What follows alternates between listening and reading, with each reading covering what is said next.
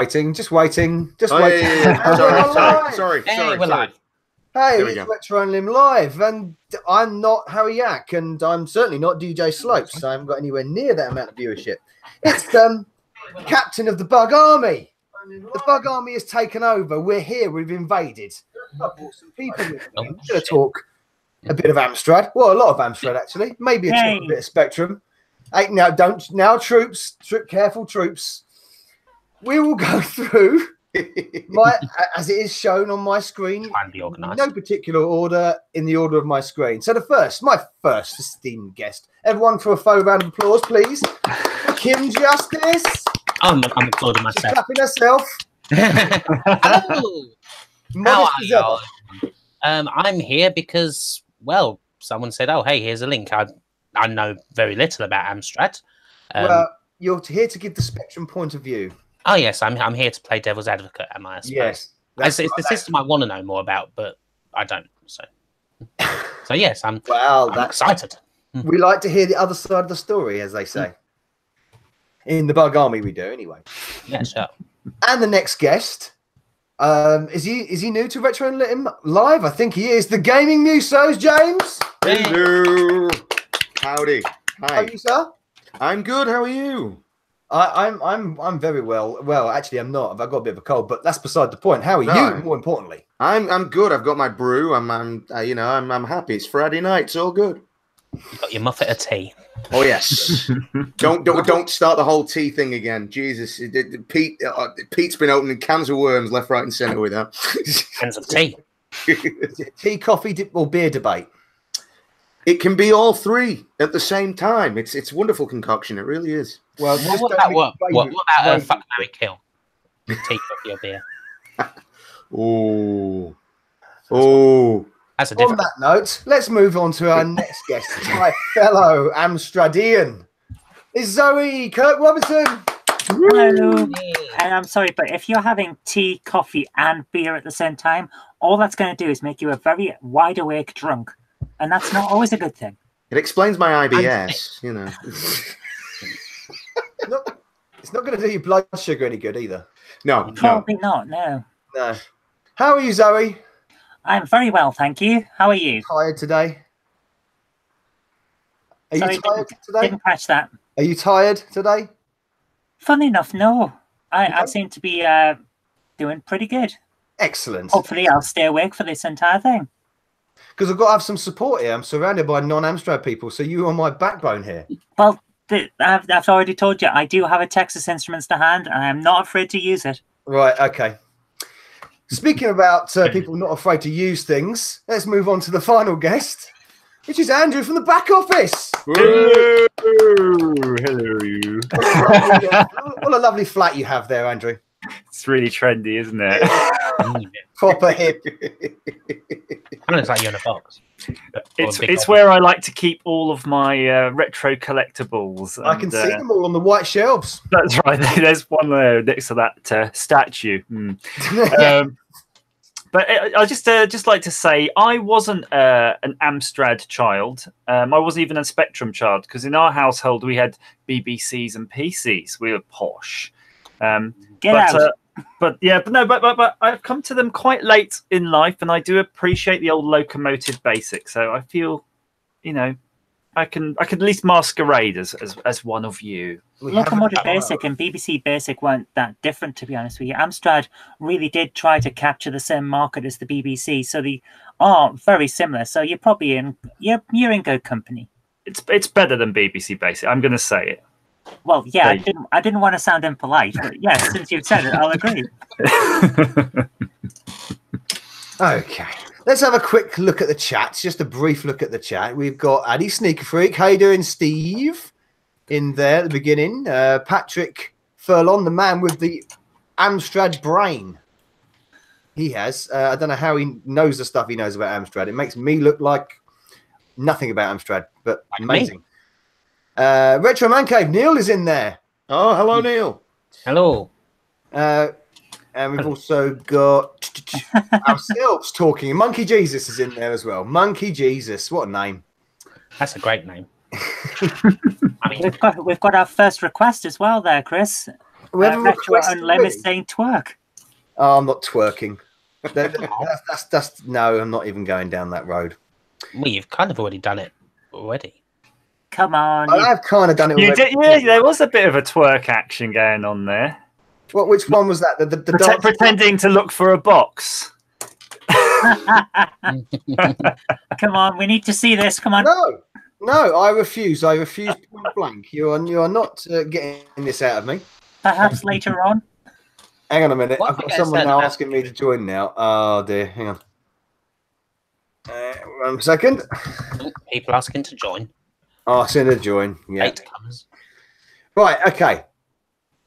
So, since we do have a cross section of people here, and we have a couple of specky. I mean, James, what was your system growing up? Was it what system was that? The first one for me was the ZX Spectrum. It was the rubber keyed version. That was the first computer that I ever had, and I remember thinking that this was some kind of weird alien thing. Like my parents had bought it for me, and they were like, "You've got to get this little tape recorder, right?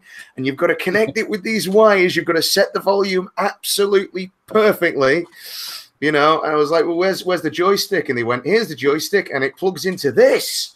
Yeah, and they pulled out a Kempston interface. So I was like, "Holy hell!" It just as a child, I remember thinking it looked like some sort of amazing science experiment, and I loved all that because it reminded me, you know, them kits that you used to have, like 101 science experiments in like one thing. That was what the Spectrum felt like to me. So I just literally grabbed straight at it, and I think the first game I played on my Spectrum was Paperboy. That was the first experience of ever playing Paperboy was on a ZX Spectrum. Good choice. Paperboy on the Spectrum was amazing. Classic. It may not have looked great, but it just had the feel of the arcade. It was so quick as well. It felt like it had the speed. That was what you needed. It certainly was. Good. Right. So we got, and I know Kim's got a history in the Spectrum, haven't you? Mm-hmm.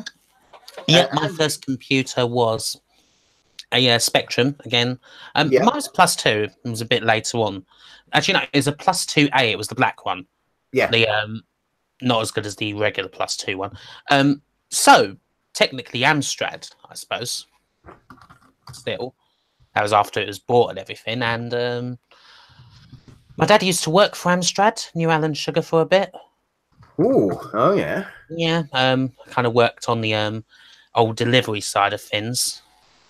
But I had a little bit of a, not really friendship, acquaintancy. So both kind of wide boys, entrepreneurs in that kind of 80s tradition, and say one a lot more successful than the other though. But yeah, no, I mean, are you suggesting that Alan Sugar wasn't successful? I wish I wish I was suggesting that. But yeah, I can't remember my first game on the Spectrum. Probably something like a Codemasters game, like Monte Carlo Casino or something like that, or Postman Pat. So not one of like the leading lights, but there was so much stuff.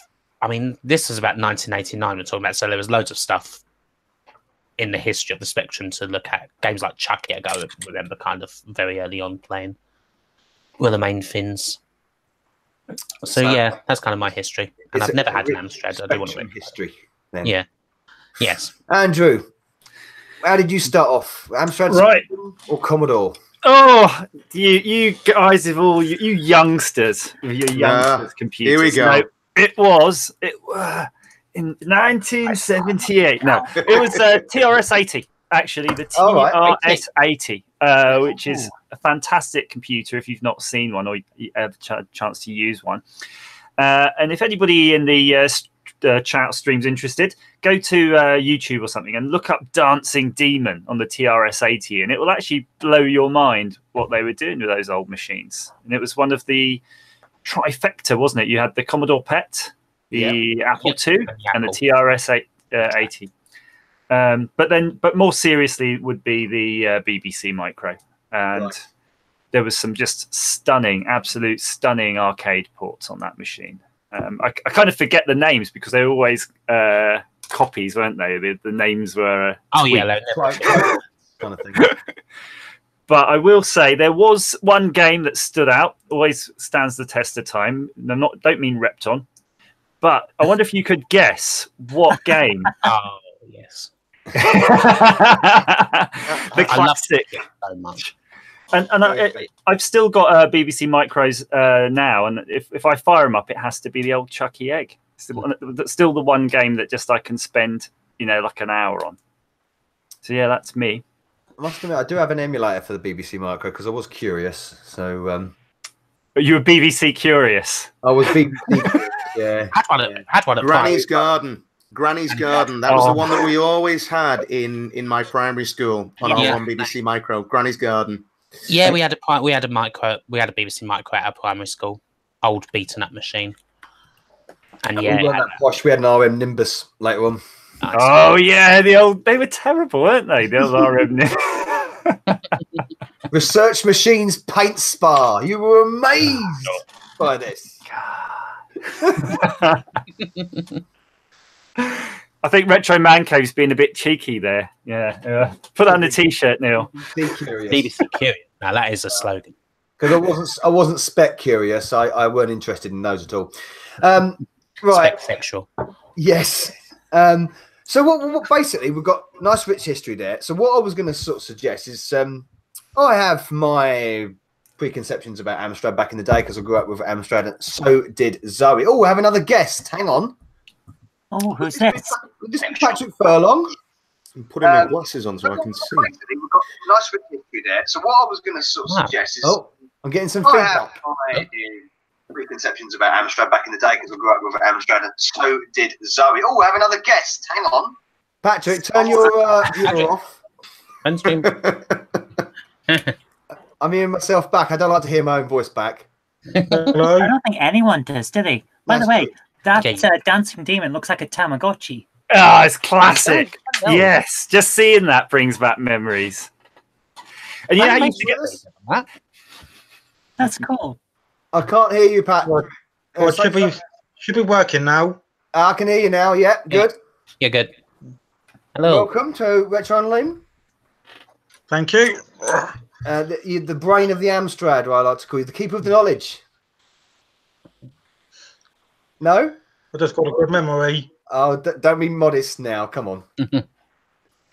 We were just because you've got a history in Amstrad, haven't you? Can please tell us about your history in Amstrad, please, Patrick? Yeah. God, my first one, Christmas 1984. Wow. That's when it was released? Yeah, I was 5 at the time.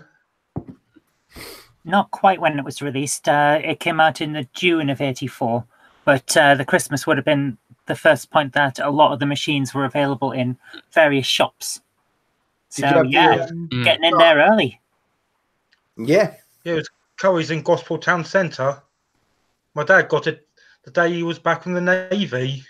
Nice. Oh. Back on bloody Curry's. They still going Curry's, they are, aren't they? Yeah. They're called Curry's.digital or something like that now. Curry PC World. Yeah. World. Excellent. So what I was going to do is look at everyone's perception of Amstrad. Essentially, this is going to be interesting to see what you all think. Back in the day when you had your Spectrums or your BBC Micros or your T99s or whatever it was, what did you think of the Amstrad when it came out? And what did you think of when you saw the games? Obviously, you saw the stills because it always used to look better in stills and then it moved a lot of the time. What did everyone think of it if you were a non-Amstrad user? And I'd like to start with Andrew. I have to admit, I didn't see many Amstrad games when I was a kid because our school, this is weird, our school's a London school, but there weren't that many people into computers, so I guess we were one of those pikey schools. We were. But I remember a friend, and he was bigging up this console he bought, right? He was really like bigging it up. And it was the Amstrad, what was it? GX something? Oh, you mean this? You mean this right here? The full machine there? That's the one. And I think we had just moved on to bloody Atari STs or Super Nintendos or something. It was about that time. There was a bit where that machine had just come out. when we were getting into 16-bit. But I always remember looking at the graphics on that and thinking the Amstrad graphics did look cracking compared to the Spectrum, like the colors. And I still think that when you see an Amstrad CPC game, even now, they just look gorgeous. They've got a really nice color palette. I agree with that. Absolutely agree. AdiSneekerFreek in the chat just make the good point, actually. Yeah, that on the back of game boxes, they did often use Amstrad screenshots. Yeah, they did because of the Like color. multi-platform games. Certainly wouldn't use specky ones. The color always stood out, and if graphically coded correctly, they always looked the best. They didn't always move the best. That's the thing. But was it the case that when they released the Plus versions of the CPC, didn't they put in any? They put in some extra hardware. Yeah, they put in extra graphic abilities. Yeah. If I remember correctly, there was an improved sound chip, but it wasn't that different. There was improved DMA support, so it could access memory better. And the graphics chip could do 4,096 colors. Wow. Basically to try and compete with the Amiga. But the problem was it was still an Amstrad, so it might look like it's got a load of colors, but it's still got the CPC underneath. Yeah. They should have had a 16-bit processor in the Plus and with backward compatibility, and then it would have actually competed. But it would have been almost a Sam Coupe then. It was an amazing machine. The Sam Coupe is brilliant.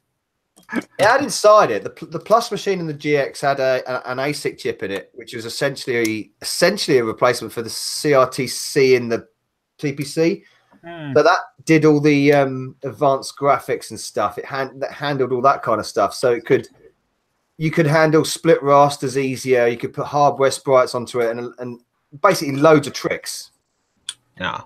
So if you look at a game like Robocop 2, which effectively looks like the ST version, the Amiga version, just by looking at a still of it, it's amazing looking. This is the sort of thing that they could have been done with it, but unfortunately, like you correctly said, too late to the market. Yes, Robocop 2 is such a good game. Shit movie. Very difficult. That's very difficult. Hard as hell, but again, if there'd been more games like that one, maybe it would have been better. Because my memories is kind of similar. So I mean, aside from like having this Plus 2A, I think my first memory of an Amstrad machine was seeing a GX 4000. It was like one shop was demoing it for some reason. I can't remember which shop, like Software Plus or something like that. And they were demoing Burning Rubber. Oh, yeah, that's the one game that we have with this one. The one game that we got. Game everybody had. But there's been a good version of haven't they released a version of Ghouls and Ghosts or Ghosts and Goblins for it? And did I see it on your channel that I saw it? Probably. It's there was Zoifo who did that one. Sorry, what was that, Patrick? I thought it was Zoifo who did that, showed off of that one. Zoifo did it as well, yeah, I did. I think he did the beta version until because it had a final version released this year. So I did a gameplay of it, and yeah, it's unbelievable version of it. If it was made back in the day, it would have been like a cartridge bestseller. But here we go. I've got a little theory at the minute, and let me know what you think about this. But if you look at machines, be it the BBC Micro, Spectrum, Amstrad, Commodore 64, you go on the internet now, you find games that are written, 2017, 2018, 2019 for them. And they are amazing. Yeah. And I kind of thinking back in my head, if it wasn't for the bloody 16 bits, do you know what I mean? If you had another 5 years before the market came for 16 bits, just think how amazing, as all those coders mature and the tool sets mature, we'd have had such cracking games. Then by the time the 16-bit era would have come along, It's the same with the Atari Jaguar, isn't it? They didn't know how to program for the Atari Jaguar back when it came out, and now they're creating new games for it that are utilizing all of the hardware, and they look fantastic. It's great to go back and go, well, maybe we could have done a bit better with this system. That's again, it's like when everybody says, like, honestly about this thing, it's like I said, the ghouls and is it Ghosts and Goblins or Ghouls and Ghosts? Ghosts and Goblins. Out on this. This was never even given a chance, and it did come out too late, and obviously it was Alan Sugar's attempt at doing that. But again, if you program correctly for it, you can come up with some good things, Mega Drive was already out in the US. Yeah, well, even at the press release for the press launch for the Plus and the GX4000, the journalists were literally saying, "Why now? Why is it 8-bit? Why is it now? You're too late." Yeah. So it never had a chance. It was dead on arrival. But you see, that's a shame. Retro Man Cave Neil just made a comment, Rich. I think he's hit it on the nose there. That in Russia, where the sort of ZX Z80 Spectrum clones continued, like it's like a split universe where they didn't have any of the 60-bit.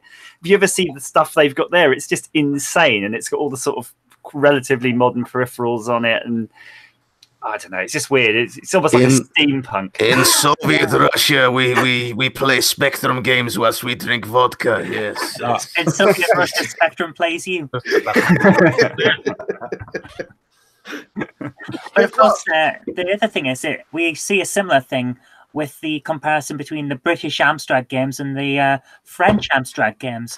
The French never had the same love of the Spectrum that we did.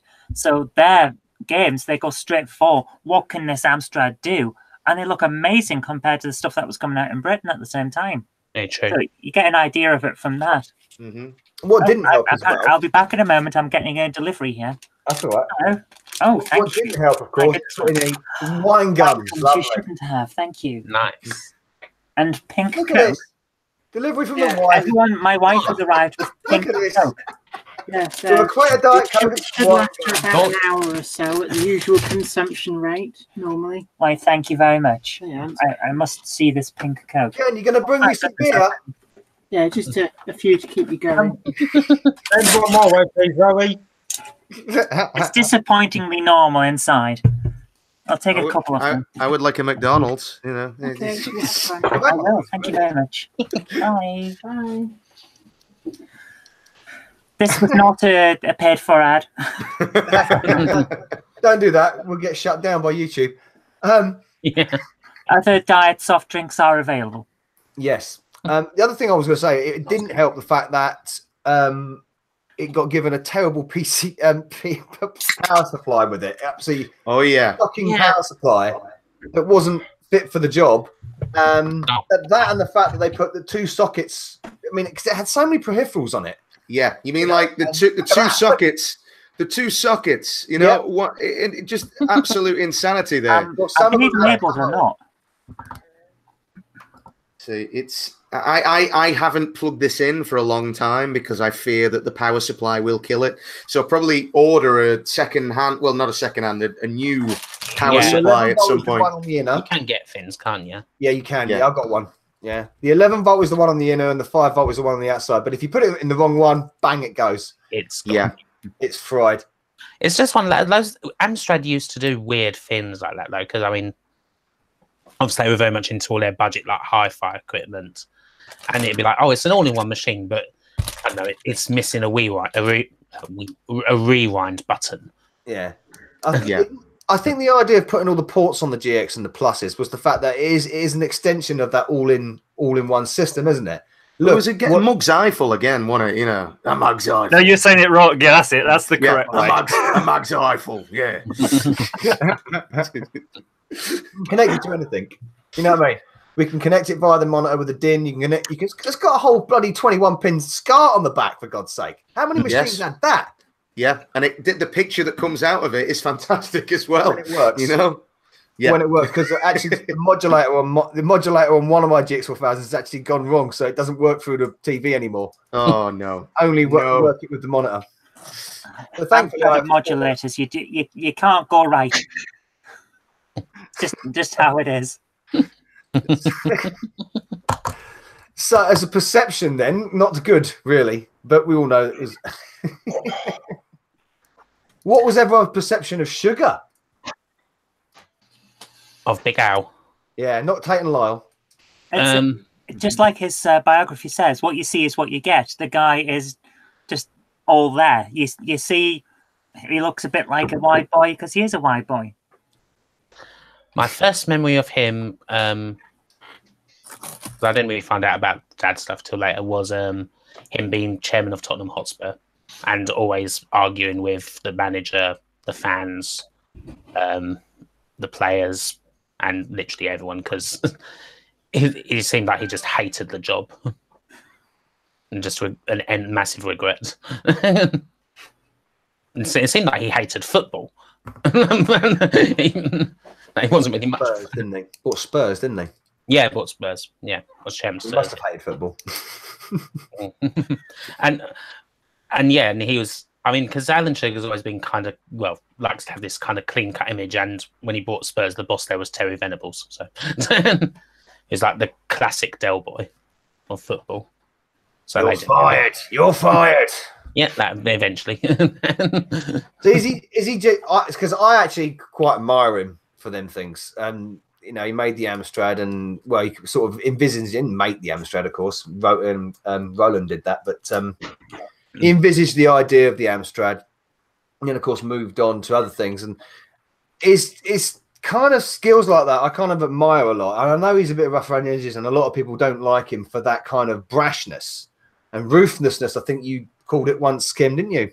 Oh yeah, he is ruthless. Yeah, I actually kind of like that. So I don't know what you guys think of that. And have to survive in business, don't you? It's good with him. Is literally what you see is what you get, because like with Clive Sinclair, his kind of seediness and that kind of stuff was all kept under wraps, wasn't it?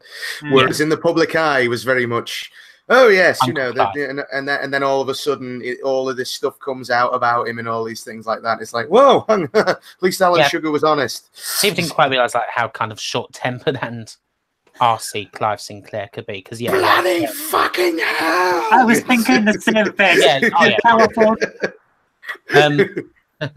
I don't. I mean, I think some of that was exaggerated, but certainly not all.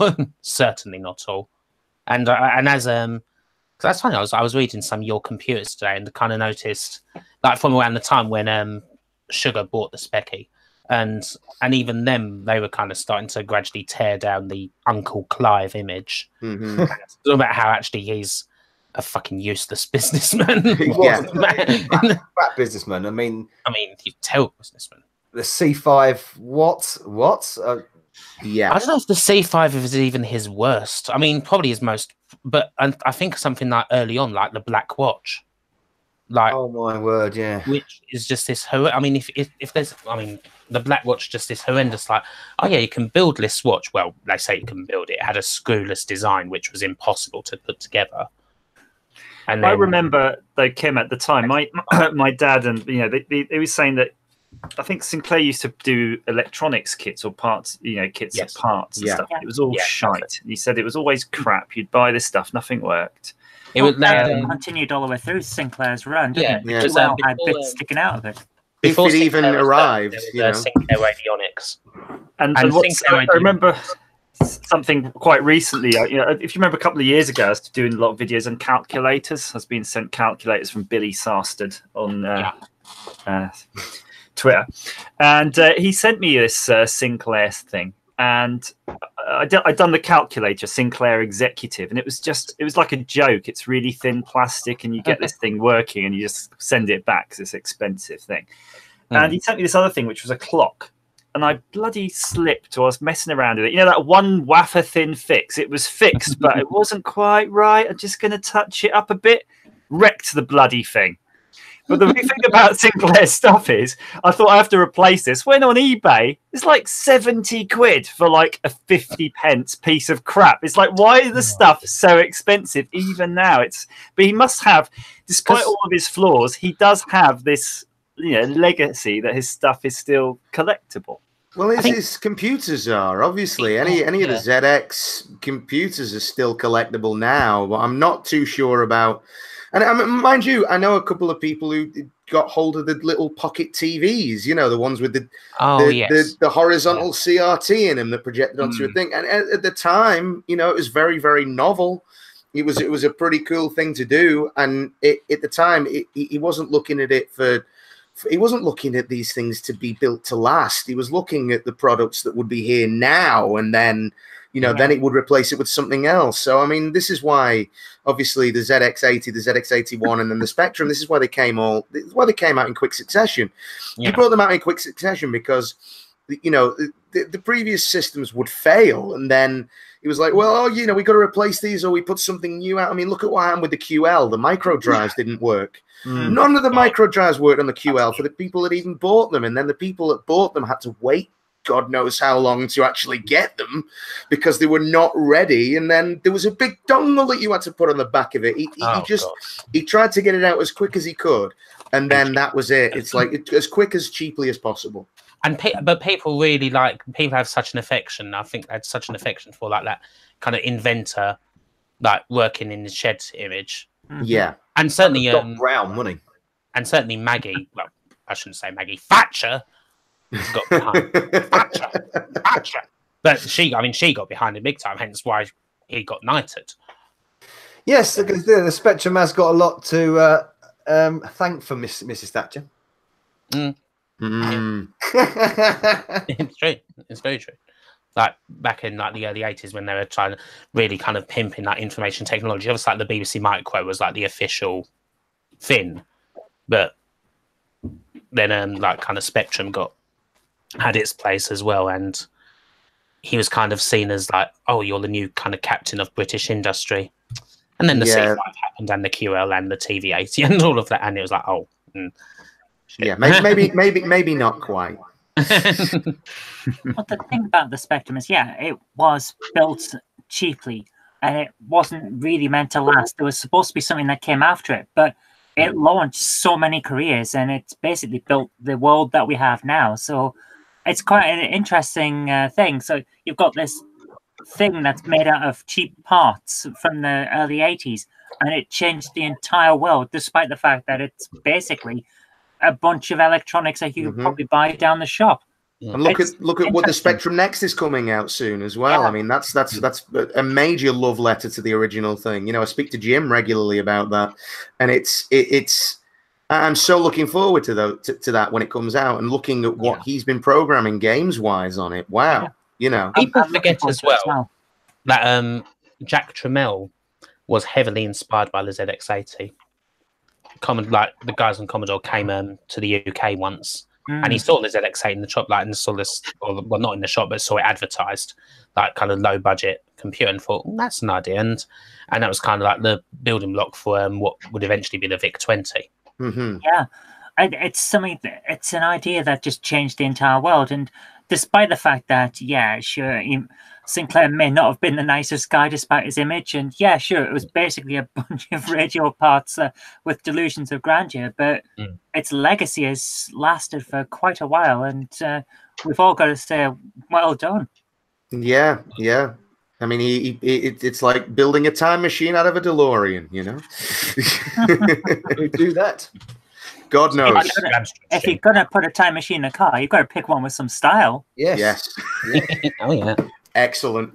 Stainless steel and built out of cocaine. Brilliant. Relocated to more appropriate settings. Oh, yes. You got the Amstrad in the background there, Patrick. Yeah. Excellent. Nice. Oh, a 6128. Nice. That was the disc one I think Andrew was touching upon earlier. Well, I've got a 612 Plus somewhere in this room that I'm fixing up. C5 DeLorean, you couldn't put a flux capacitor in a C5. You'd never get it up to 88 miles per hour. Not a chance in hell. Push it off a cliff. I think a lot of the success to do with the machines as well was to do with the games, of course. Yes. And we had everything from the best stuff all the way to the absolute worst, all the way to the, hold your breath, Zoe, the Count Duckula 2s of the world. Count Duckula 2 is not a game. Yes, I know. I'm intrigued by this. An abomination. It's abominate. It is indeed. But one game we did get a lot, and I think anyone go to the, I think you at this, Andrew, I'm sure you were, was the Ocean presentation about the film tie-ins. I don't think I was. Were you in somewhere else at the time? I was probably somewhere else, but that sounds do go on. So they talked about Ocean. Obviously, got a lot of the Ocean were a major player for the Amstrad and the Spectrum and the Commodore, of course, but primarily because they really nailed their games a lot of the time, didn't they? And one thing they did do a lot was secure the film rights, as we all know. So the next question for my crew here, for the Bug Army, is games that were film tie-ins, such as the RoboCop 2s, the Batman, the movies, which ones were actually where the game was better than the movie it was based on? Ooh. Oh, that is an interesting question. Are we only doing 8-bit? And any game on 8 bits, but predominantly Amstrad. There's a good one, a good example there from Patrick. Cobra. Cobra, the game was better than the movie. You're probably right there. The movie was crap. Adam's Family movie weren't too bad, if I remember, but the game is pretty cracking, no? The Hobbit. That came out. The text adventure is far better than that mess that we ended up getting. Yeah. You had the Untouchables earlier, didn't you, Zoe? Oh, yeah, I've got a demo from an early Amstrad action tape. Not a bad game, but nowhere near as good as something like RoboCop. Is it better than the film, though? Ah, there's the film right there. I haven't seen the film for so long that I honestly couldn't tell you. Sean Connery's I'll great. say they're both just as good as each other. So what ones can you think off the top of your head where the game is definitively better than the film? Because I've got a good one for you. The Thing. Hudson Hawk. Hudson Hawk. That's what I was thinking. I liked Hudson Hawk. It wasn't as bad as everybody thought it was. But the game was I can't even say it with I can't say it with a straight face. You can't, can you? No, you won't. Wasn't that a movie designed to try to launch what's his name, Bruce Willis's singing career? Yeah, Oh my goodness. yeah. Bruce Willis was his singing was before that. Didn't he sing in Moonlighting? Yeah. Yes. That was when Return of Bruno and that came out. Richard E. Grant's finest moment, I think not. Yeah. You know, yeah. Oh, No, it's definitely. Definitely Hudson Hawk is watching the loading screen build is actually more enjoyable than the film. And another good example, of course, with the original game. I'm talking about because this came on the 16 bits, and I thought it was a big thing at the time for the animation on the character, and it was fantastic on the Amstrad. Was Prince of Persia? Oh yeah. Again, Fast on get a copy of that one. Dire. Oh yeah, the movie was terrible. So, and another one, Navy SEALs. Yes. Yeah. Is that a film? And Yeah, was, film. Michael Yeah. Bay. I had that on the ST, on the Atari ST. I had that on. Yeah, bloody difficult, isn't it? Yeah. I never knew it was a film. You Yeah. learn something new every day. Thanks, guys. It is And not. it's done me a learn. Yeah, it's terrible, but It's one of those little known films, Zoe. Sorry? It's one of those little known films that flopped. Oh, well, that in that case, I don't mind not knowing it. Has anyone seen the original Clerks? the original. Clerks. Yeah. Kevin What, the Smith. black and white? Yeah. It's all right. There's I wouldn't say it's as good as people make out. I know, but I was just kind of thinking because there is a funny scene that where I think it was Jay goes on about like the usual like boring twats you get in like when shops, and it just cuts someone who goes, "Ooh, Navy SEALs." That's my main memory of the film, as opposed to the actual film. Is Your impersonation is better than my memory of how good that film was. Who's putting Running Man? Who's put Running Man in the No. The Running Man is a phenomenal film. Nothing can top that film. It's fucking terrible. Yeah. Running Man's Awful brilliant. game. Film is amazing. Killian, here is Sub-Zero. No. Who was it directed by? Was it Starsky or Hutch? It was Starsky. By the Gran Torino. Bug. I'm doing a tape testing now. Oh, you're doing a tape test, are you? Excellent. What are you loading? A movie tie-in? Might be. Might be. Oh, okay. looking like one. Think of it, a lot of the time you would get the reverse. You would It's get Hudson Hawk is loading. Yes. you get the movie time being dreadful, and there are plenty of examples of that. Oh God, yes. Back to the Future for one. Yeah. Oh my goodness, I've got one right here. Back to the Future one was not Back to the Future, game friendly. Back to the Future Part 3, so bad as a Really? game. Really bad. I thought it wasn't so bad. Bill and Ollie. Ted's Excellent Adventure. Bill and Ted's Excellent Adventure, probably just as bad as Back to the Future, you know? Wayne's World. Oh, God. Dreadful. Not. Miami Not. Vice. Not. Okay, here's a one that'll divide you. Blues Brothers. Good game or bad game? Brilliant game on the Amiga. Yes. Really good game on the Amiga. What about the 8-bits? No, No, not a fan. I must admit. really don't. Not. I don't care for that one. You can turn it on for the music. That's about it. Mm. Have the Peter Gunn theme, and that's about it. Oh God, which one? Oh, Monkey Jesus has brought up a very good one. Howard the Duck. Oh, Howard the Duck! Oh my But word! to be honest with you, it's Both not are hard to crap. be better than that film. Moonwalker says Retro Man Cave. Oh, Yeah, definitely. Yeah, Definitely. yeah. Again, it depends what platform it was on because Mega Drive and arcade. Yeah, Mega two of Drive them are arcade. great. Two of them are great. You I, know. Yeah. I must admit, I like the Micros. arcade version. I'm sorry, but Flesh Gordon in the chat there. Come on, guys. Which one of them's put Big Trouble in Little China? Oh, Aladdin! Aladdin, that's a good shout. Aladdin was absolutely brilliant. We're going away from the 8-bits now. I did a video of Aladdin yesterday, put it on YouTube, and someone complained. Really? Yeah, YouTube quickly took it down. Wow. Oh, My really? goodness. Becky said something interesting. She said, "Come on, Street Fighter has to be the obvious choice." That's very true. No, but the movie came out like Exactly, 20 yeah. years after the game. Hang on though. Hang I know on, you because talk they about- also made a movie. They also made a game of the movie. Yeah, they did, didn't they? Oh my god, that was unbelievable. They did that. Really? Well, oh, it was one of those CD games, wasn't it? Yeah, it was. Yeah, it was a- Motion captured and yeah, the Street digitized Fighter was actors. as camp as 1960s Batman. 1960s Batman was good.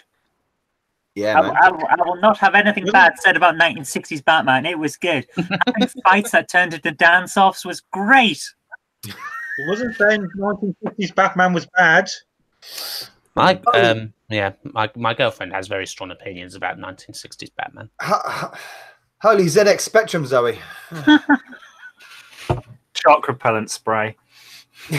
Don't make me choke on my drinks. I needed my my Sid chip repellent spray. A ZX Spectrum or a Amstrad CPC were both more powerful than the Bat computer. Just let that settle in. Probably, yeah. I'm sorry, but the digital watch I had in the 80s was more powerful than the back computer. But I must say, neither were as powerful as the Commodore 64 because the Commodore 64 apparently powered Holly in Red Dwarf. Yes, that's a good point. Yeah. In Really? the first season. Oh, really? That was Yeah, is that's why that the like graphics the are terrible. backstory? Yeah, So- it's what Lister's using to reprogram to wipe Holly's re- memory, isn't he? So he can read. Right. Yeah. Commodore 64. Yeah, I yeah. thought you were actually genuinely saying that the graphics with the distortion was good. You had them going there, guys. Jonathan Smith worked on some of the computer graphics for Red Dwarf. I found out. Oh yeah. Yeah, Jonathan Smith. Hang on, probably Adam West died. I thought Adam West was still alive. No, Oh, he died. I've got to check this now. He think. died Oh, about a year or two ago. Oh, Yes. 9th of June 2017. oh my God, I had no clue because I've still been watching episodes of Family Guy with him in. Jesus, I did not my know goodness. that. You know what? Now that I look at it, I think it did go around Facebook, didn't it? I think I might have thought it was one of them hoaxes because there was loads of them going around at the time. Yeah. 2017, the year when everyone died. Yeah. Like pretty much everybody died in 2017. It's your cheat on pub quizzes. Oh, When did X die? 2017. old style gaming. Old style gaming's got it. Sorry, guys, because Highlander. that's the definitive game there. That Highlander. Game of them all. Purposefully made bad, though, according to Guru Larry, wasn't it? So that they didn't have to pay out massive Highlander. amounts of Highlander. royalties. No, it wasn't. No, I did a video on it recently, and it wasn't purposely made because of licensing or all of that. It wasn't purposely made bad. Just the studio. The studio kind of didn't really care about the games they made. Was kind of the more truth about it. Canvas Software. The guys who made it, they also made like the conversion of Miami Vice as well, which is also one of the worst TV movie games. But the real question, though, Kim, is it better than the movie? Nah. What, Andrew? Is the game better than the movie, though? That's the question. Why the hell is this on PlayStation 2? Oh, God. Yeah, I didn't know that was a PS2. Because reasons. It's terrible, by the way. I didn't know there was a PS2 one. Yeah. What's the worst movie conversion you've played? There. Highlander. Here's the Highlander on the Amstrad. Yep. Highlander or Dick Tracy on the Amiga. The type Rocky on the PlayStation 2. That game is so broken. It's not even. There is a sequel to Rocky on PS2 though, and it's actually not too bad. Rocky Legends. Yeah, that's an okay game if I remember right. What about Jurassic Park on the 16 bits? Like, what was going on with that? I liked that game. Which version? Both of them. I kind of like the How? It's I don't know. I like the kind of weird adventure side. The Mega Drive game's better. Like, There wasn't there a CD? Was it the 3DO Jurassic Park? I think a CD, yes, which it was literally just nothing to do with the movie at all, but little puzzle games, and not even. They tried to. I think the reasoning behind the 3DO one, if I remember right, is that they want to try and make it like, oh, you're hacking into a Dennis Nedry's computer. Ah, right. Yeah. So it had all these weird things in it, but it didn't. It was. Yeah. It really didn't come across. Yeah, it was very. Oh, here's a good PS2 one, Charlie's Angels. Oh God, it's not good. It's awful. It's that's so bad. A good bad one. Horrifying game. Like, oh dear. Loads of that chaff came out for the PlayStation 2, didn't it? Yeah, they just put out just all that random crap that was like you'd find in pound shops.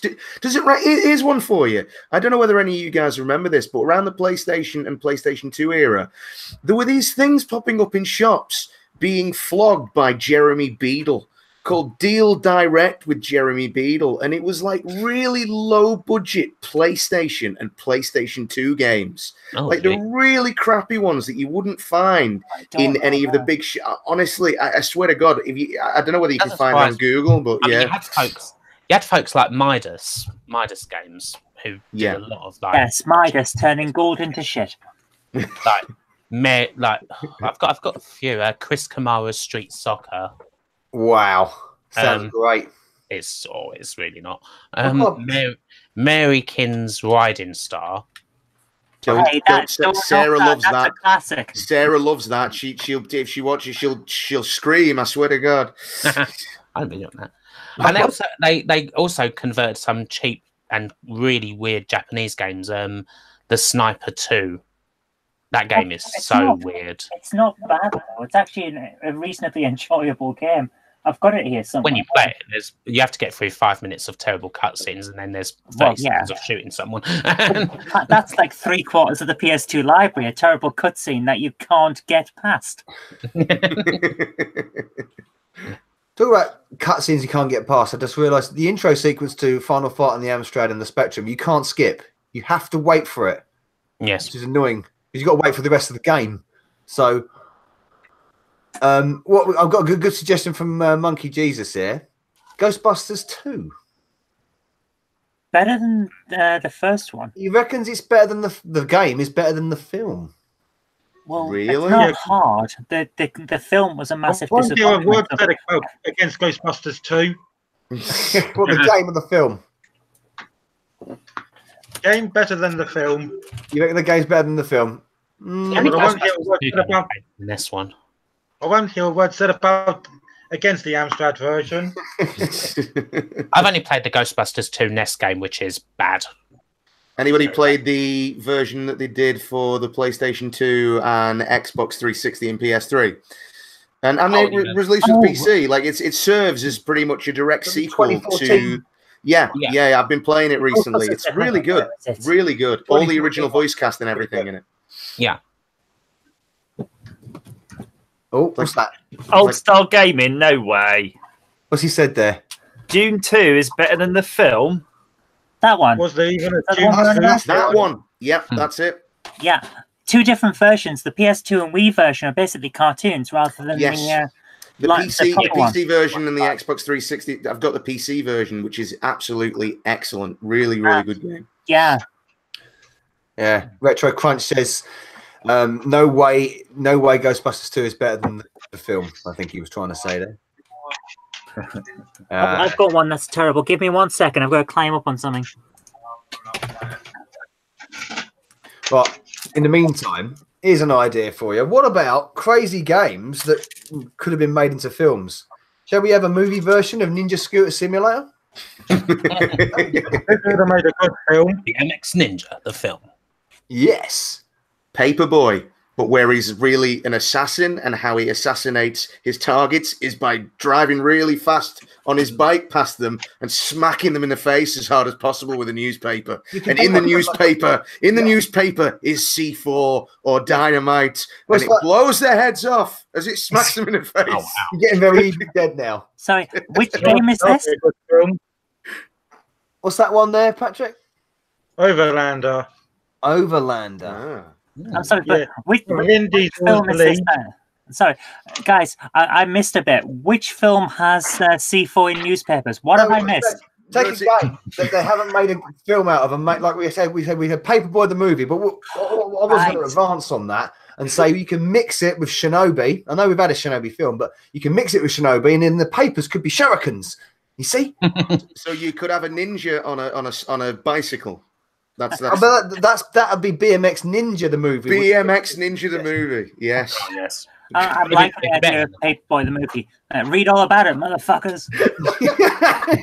Would this one be a good film? I have a game here, guys, that is worse as a game of a film than Count Duckula 2.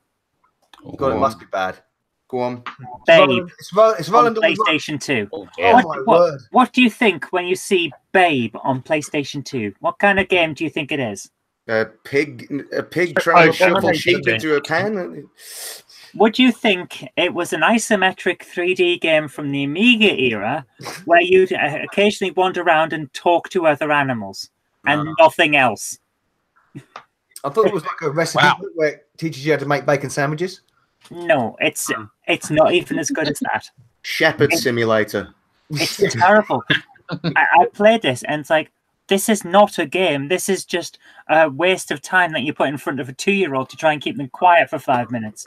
It's awful. You could have Shepherd Simulator nowadays. We've got the PlayStation camera, you got the Kinect, you got all these voice controls and microphones. You control it by whistling. That's how you do it. Send out a bloody kit to go with it that you dress up in with your flat cap and your stick and your whistle, and you've got to put the accent. All the sheep in the pen. Come by.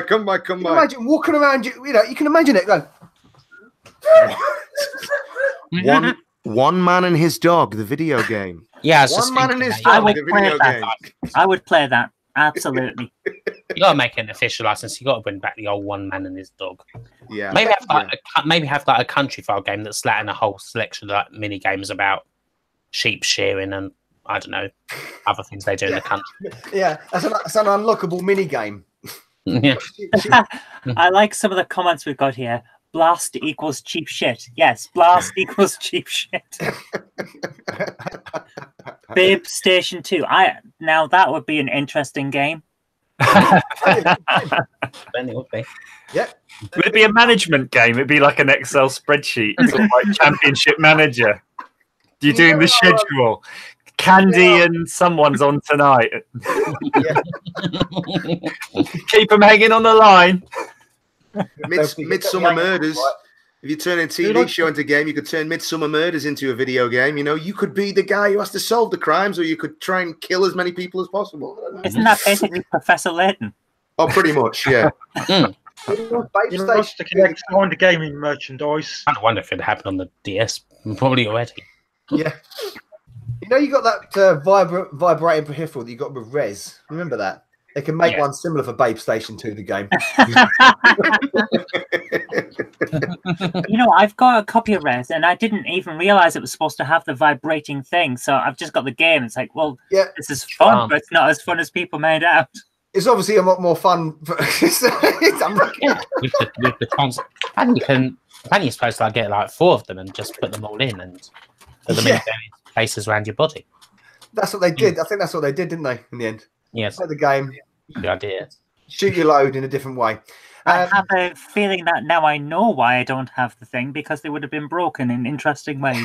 Or if you manage to ever get hold of one, my advice would be disinfect it first with some Domestos. Seriously. It Absolutely. actually is, because if it's a wireless one, it's probably not the right thing.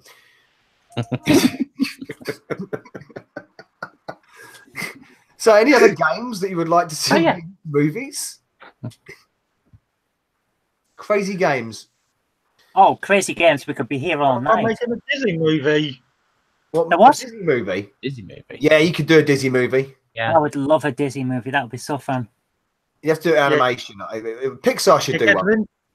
Get Vin Diesel to voice Dizzy, Ian McKellen as Max, Zoe to voice Daisy.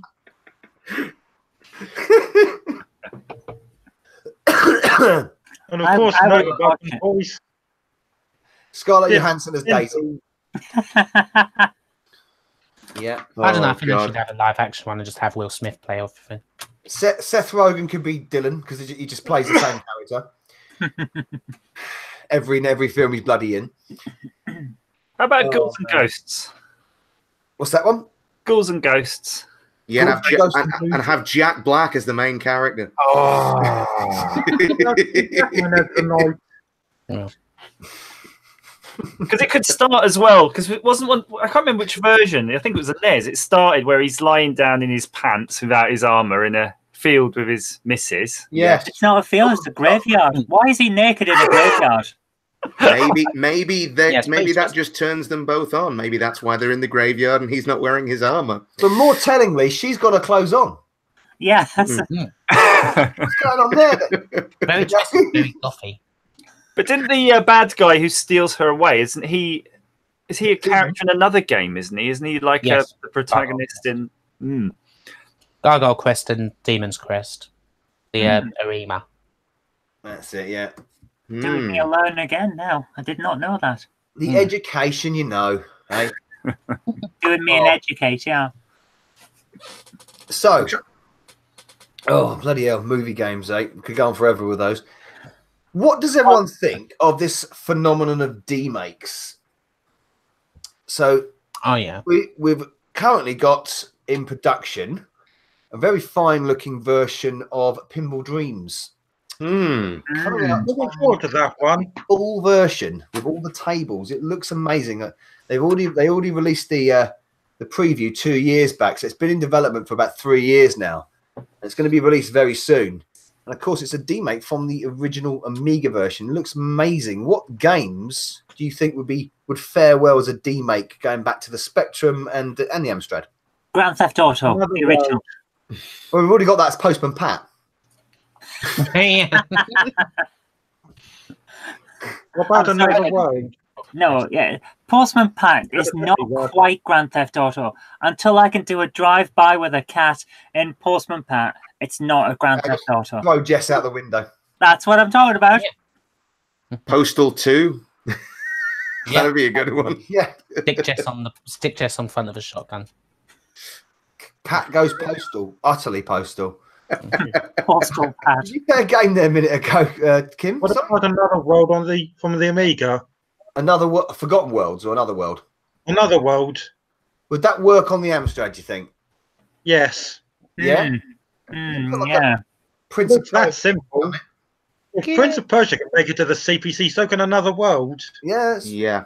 Yeah, that's true. Yeah, I could see that working very well.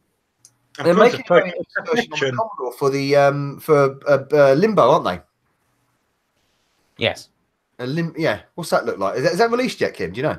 I have no idea. I've heard about it, but I don't know if it's actually released yet. That's going to be this idea of taking modern games and making them back to old systems, see how they come out. I saw this really nice. I think it was a demo of Final Fantasy VII. Done on the NES, was it? Yes. Oh yeah. Yeah, that looked incredible. It did look really good. I don't know, was it a demo? Was it Was it a sort of pirate jobby? I think it was. I'm sure it was like just an example, wasn't it? I think so. Yeah. It wasn't like a full release game or anything. Oh no! Oh no! I'm sure I've seen a copy of Final Fantasy VII. That's basically a ROM hack of, I think it's Final Fantasy 3, or it might be 2, where they basically ROM hacked it to put the plot of Final Fantasy VII into that, and that was out on cartridges. You could actually That's quite clever. You could That is buy clever. a copy of that. That was pretty good. Yeah, that's clever. Is that something that Nintendo's doing recently? But I don't know. Is it a demake? I think they're taking the Zelda Link's Awakening from the Game Boy. Yeah, They're making a Switch. that's It's just going to be. It's just it's a remake and a totally new thing that they're doing with that, really, isn't it?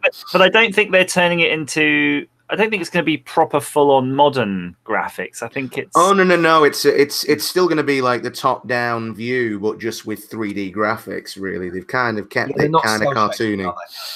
It looked pretty good.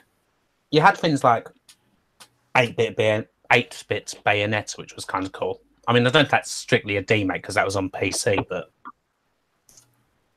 I think another world would work, certainly. I think Grand Theft Auto, would that work? Maybe. I mean, you'd have to cut down the world, but... Yeah, but the original, the top-down one, I think... Yeah, I know what you mean. We could do that on an 8-bit, surely. Yeah, sure, maybe it's just one of the maps, and maybe it's not all of that, but I'm pretty sure you could do it. they kind of did something similar with Retro City Rampage. Oh, yeah. For and they did a version of that for 486s. That was PC, though, wasn't it? Yeah. But they did actually do one that was a 486. I'm sorry, but a 486 is an advanced machine from my point of view. I had a 386 SX25 from 92 to 98, and I loved it. Oh, and computers have not advanced properly in my mind since then. Did it play Wolfenstein at full speed? Yes, it could also play Doom 2 if you wanted a screen about that big. Yeah. And I got to the end of it. Doom on the Amstrad. How about that? Well, there's a version that runs on the VIC-20. Yeah, There's a version on the VIC-20. There's a what did Jim do for the 81? Dragon's Lair. Yeah, he made Dragon's Lair for it, didn't he? Yeah, the ZX81. That was pretty astounding job. I'm sure I saw Doom on a printer once. Yeah, there's photocopiers, calculators, everything runs Doom these days. Except the Amstrad. And you know that's the engine they've got for Shadows of Surgoth. Yeah. Do that in a slightly modified way, and that would run Doom. It looks great, and it moves so fluidly. You could do it. It's a bit like Quake as well. Yeah. Right. I have a little game for you now, everyone. Doom on a printer. Oh yeah. Oh yeah. Amazing. It's not brilliant, but it's amazing. It's not brilliant, but it's amazing. What if I want to print something? I can't print anything. It's running Doom. I can't do anything with that printer now. That printer is useless. You have to defeat the hordes of hell just to get your print. I usually have to defeat the hordes of hell to get anything to print on a regular printer anyway. Well, then you're very practiced. Oh dear. So, Andrew, I think mentioned the Commodore PET earlier. Yeah. So this feature is called PET My CPC. You've spent ages working these out, haven't you? So I'm going to show you. Hang on a minute. It sounded stupid when I said it. I'm going to as well, see, because I can. Yeah, I'll show you Amstrads off. I'll go and get a beer while you do that. And Yeah, you can show. I don't know how this tastes. How does it taste? Oh, it doesn't taste good. It tastes computery. I'm going to be different today. I have a Texas Instruments. I'll just take the shirt off. I'm gonna put it on my shoulder like some sort of cool 80s ghetto blaster. Yeah. Like, if it's not a ghetto blaster, you're not doing it properly. Walking down the street with my CPC. Yeah, man. Gotta get that chip. In fact, you know what? If I could put a battery on this thing and just put some music, like a cassette tape in it. Oh, yeah. Because it's got a speaker on it. Could On do. the side of it, if you could battery power it and put a, and get it work around so you could actually listen to music on it. Now that would be so retro. That'd be I pretty like awesome. the retro. fact that you've got a rare left-handed version of one. Oh, I've just got my camera switched around the wrong way, haven't I I just want can't to show you hold something this. real quick though on this thing. Have a look. There's a button here. It's going to be all reversed, but this emailer. Yeah. There's a button dedicated to games. Yeah, Spectrum Yeah. Gun. Apparently. Yes, that's the second version of the emailer. The first one didn't do that. The second version has. I had the a first Spectrum version. emulator. Yeah, first version I had. Yeah. We just had like the clock on the screen, on like a monochrome screen. Yes, and if you Which is left cool. it turned on too long, like my parents did with theirs, it would burn the clock into the screen, and you couldn't bloody use it. Yes. So you when you couldn't tell press that time game, on it either. Oh, you couldn't tell the time. It was crap. when you press that games button, does it like automatically the Fiverr to connect to their online service, whatever they had? Oh, yeah, it God, just doesn't yeah. work. Hardly anything works on this thing now at all. Yeah. Do you want to check your emails? Text only. Browse everything text only. You plug it into your. Then why would people have been interested in that when people had computers when they wanted to hook up to the net? It was the same thing with the GameCom, wasn't it? Why did you want it to connect to the internet to do these things? My parents It was not the loved it. future. It was mad. My parents loved it for one specific reason. They could send emails without having to faff about with a computer. And the moment that a proper little notebook computer came out where they could just go onto Gmail and send emails, they got rid of the emailer. It had its market, but it was a very, very small market. But Yes. I think you're very And it objective doesn't with matter. it. If you had these out at the same time the internet, like broadband came out, and these could connect to broadband, I think they'd have been mega popular. Yeah, it might have worked. It Even might have now. worked. Yeah. Maybe. Let's get on the phone, get on the blower to Mr. Sugar. Get on the So- email. So Don't buy your email, you can't, because it don't bloody work anymore. and he'll do you a deal. You get a right mug's eyeful. Yeah. For the truck driver and his wife. It's costing me money. It's a bloody disaster. No. The only reason to do that is if you can do it cheaper. No. Surprised none of the CPC guys in here haven't commented on my Commodore disk drive in the corner. I did spot the Commodore disk drive, the Commodore 5-inch disk drive there. I just didn't want to mention Commodore too many times. The thing about the Commodore disk drive is, if you set it away to load a game now, by the time we finish, it'll still be loading. Yeah. Very slow.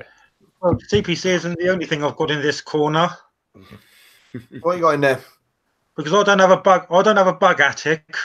Well, Zoe because then you'll be copying me.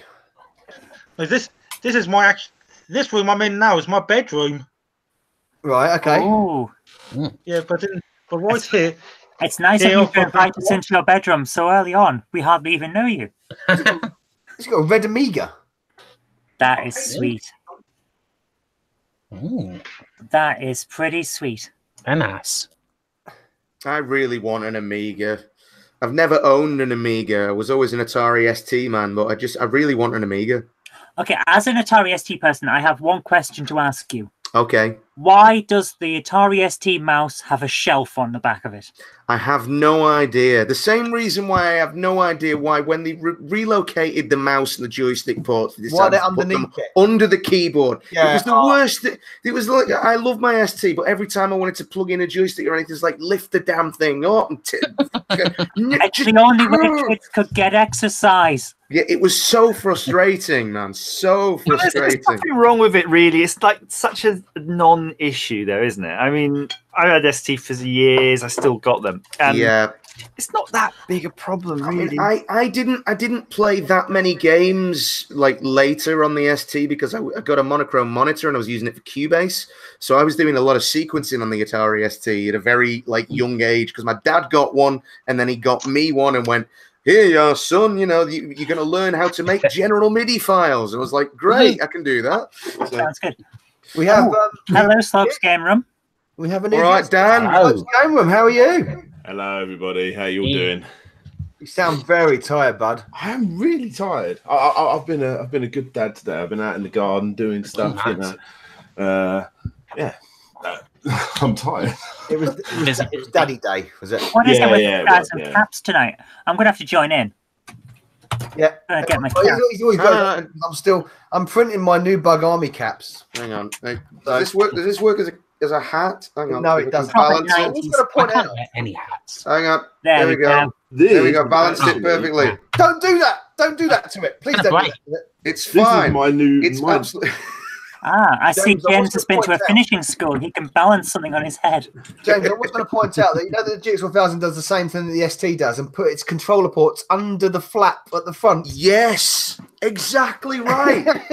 Just honestly, just make them easier to get to. Or it could be worse. It could be like the CDI and put the ports right in the back of the console. Nothing wrong with putting all the ports in the back of the console. My Amstrad has the same thing. Mine has them on the side. Yeah, but it's not a proper Amstrad if your joystick isn't getting in the way of all the keys. This is very true. That's it. Very true. And You've got to have that bit of inconvenience. And you've got to have the JY1 and the JY2 that will break in your hands the moment you touch it. Yes, with Daley Thompson. Daley Thompson's joystick breaker. Yeah. It's another part of the key Amstrad experience is to snap a JY2. Yep. Always. What do I've got a Cheetah one. I've got a Cheetah 125 plus is what I've got in mind. Yeah. 125 plus though. It is. It's a 125 plus. Yeah. It's the one that's got the two things on the end of it. Yes. One for the Spectrum and then one for everything else. Because they had to make the pin out differently, even though they're made by the same company. Yes. Oh, It's yeah. ironic, isn't it? Absolutely. But if you're going to go for Cheetah, you've got to go for the joystick that Chris will approve of. The Bug. That's all right. The Bug's all right. It's brilliant. It fits in the palm of your hand. You can control everything. It's great. It's one. Zypho goes for the Onyx Speed King, which I always hated. You've got to go for the Bug. One-handed, because that way you can play Renegade properly. That's a Hold good it question, here actually. and then tap, tap, tap on the keys. That raises a good question. Everyone's favourite ever controller. Go, Andrew. Zipstick. Oh, good choice. GameCube controller. Mega Drive 3-button. Sorry, what was that, Kim? Mega Drive 3-button pad. Mega Drive. You see, I'm not a fan of that. I like the 6-button one, though. It's too small. Too small for me. Xbox controller. No, you're all wrong. Bright pink PlayStation 2. GameCube controller's the best. DualShock Is that a 2 wireless is amazing. controller? It's perfect. It fits properly. It's molded properly. Everything's within reach. It is the perfect controller, and it has to be bright pink because you won't lose it. Is it wireless? The perfect controller is actually the Atari 7800 controller with the detachable. You know, that's the best controller ever. No, you're all wrong. It's Pink Station. You see, I like the DualShock 2, but I wouldn't choose a pink one. I'll give you the best pink one. If you don't choose pink, It's a you're bit wrong. boring, It's but I simple as think it's that. this. I think it's the Xbox Elite. Oh, is that They're not bad. They're not bad. Xbox this one broke? Pro, is it? It's the Xbox One Elite. Elite, yeah. They're all right. I don't like the D-pad on them, though. But don't you feel now, though, Daniel, that all the modern controllers, even like I think from SNES, Xbox 360, they're all good.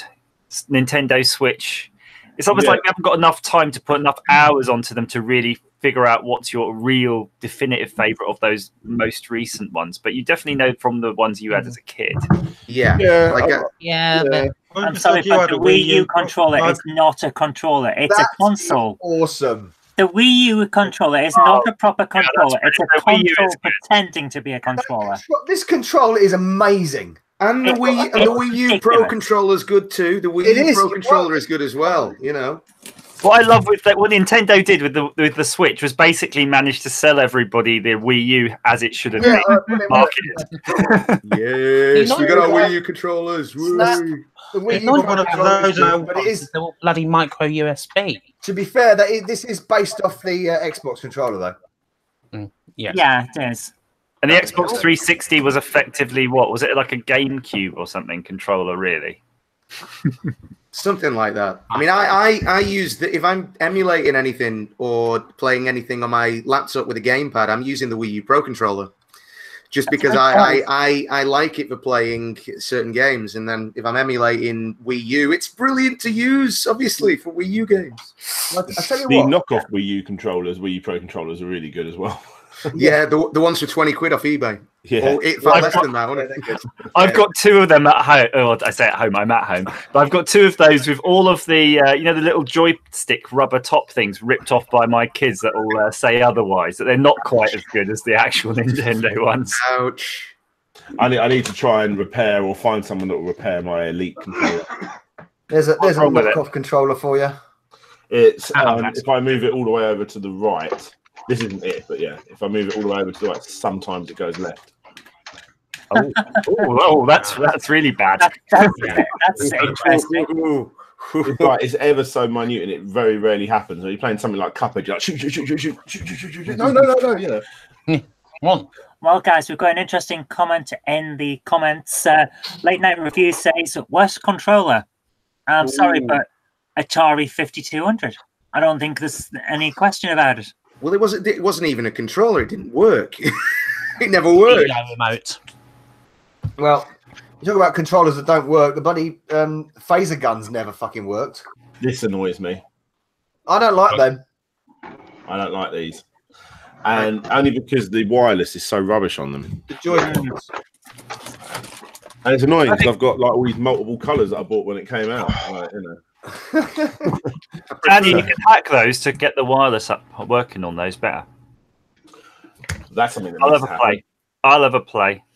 Yeah, and you can fix my analog on my Elite controller as well. Let me see what else. I'll have a go. I'll have a go. But actually, in terms of the worst controllers, I think the Atari ones, the ones on the VCS were terrible. You know that one that it just persisted for so bloody long, and they even brought out a white version for the Atari ST era too. Which one? Just the standard sort of Atari VCS type one, where it was like the square base with the single stick. Little stick in the red button. Sorry, but no, that was perfect. That was the perfect controller.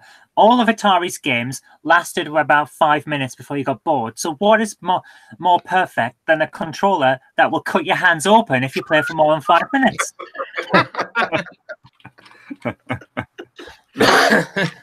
Amazing. The NES controller had a good skill at doing that, though, didn't it? That was sharp edges. They messed it up, didn't they? Like, you remember the original Master System controller? It used to have the lead coming out the side of it. Yes. And again, it had like a little detachable joystick on the original Master. Like what Atari did with the 7800 controllers. It's like, why would it was still better than the NES, though, wasn't it? Wasn't there a controller that had the wire coming from the bottom? Wasn't that the Dreamcast? Dreamcast. The Dreamcast, yeah. The wire came out the bottom, didn't it? Yep. Yeah, but it had a little like index where you could put it up into the back of it. Weird, wasn't it? Yeah. I've just noticed something in the back of Daniel's picture there, Kim. It reminds me of something that you showed a bit earlier. Oh, the Pac-Man game that's going around. What's the controller like on that? Yeah. Is it Sanwa? The ones on that. They're nice.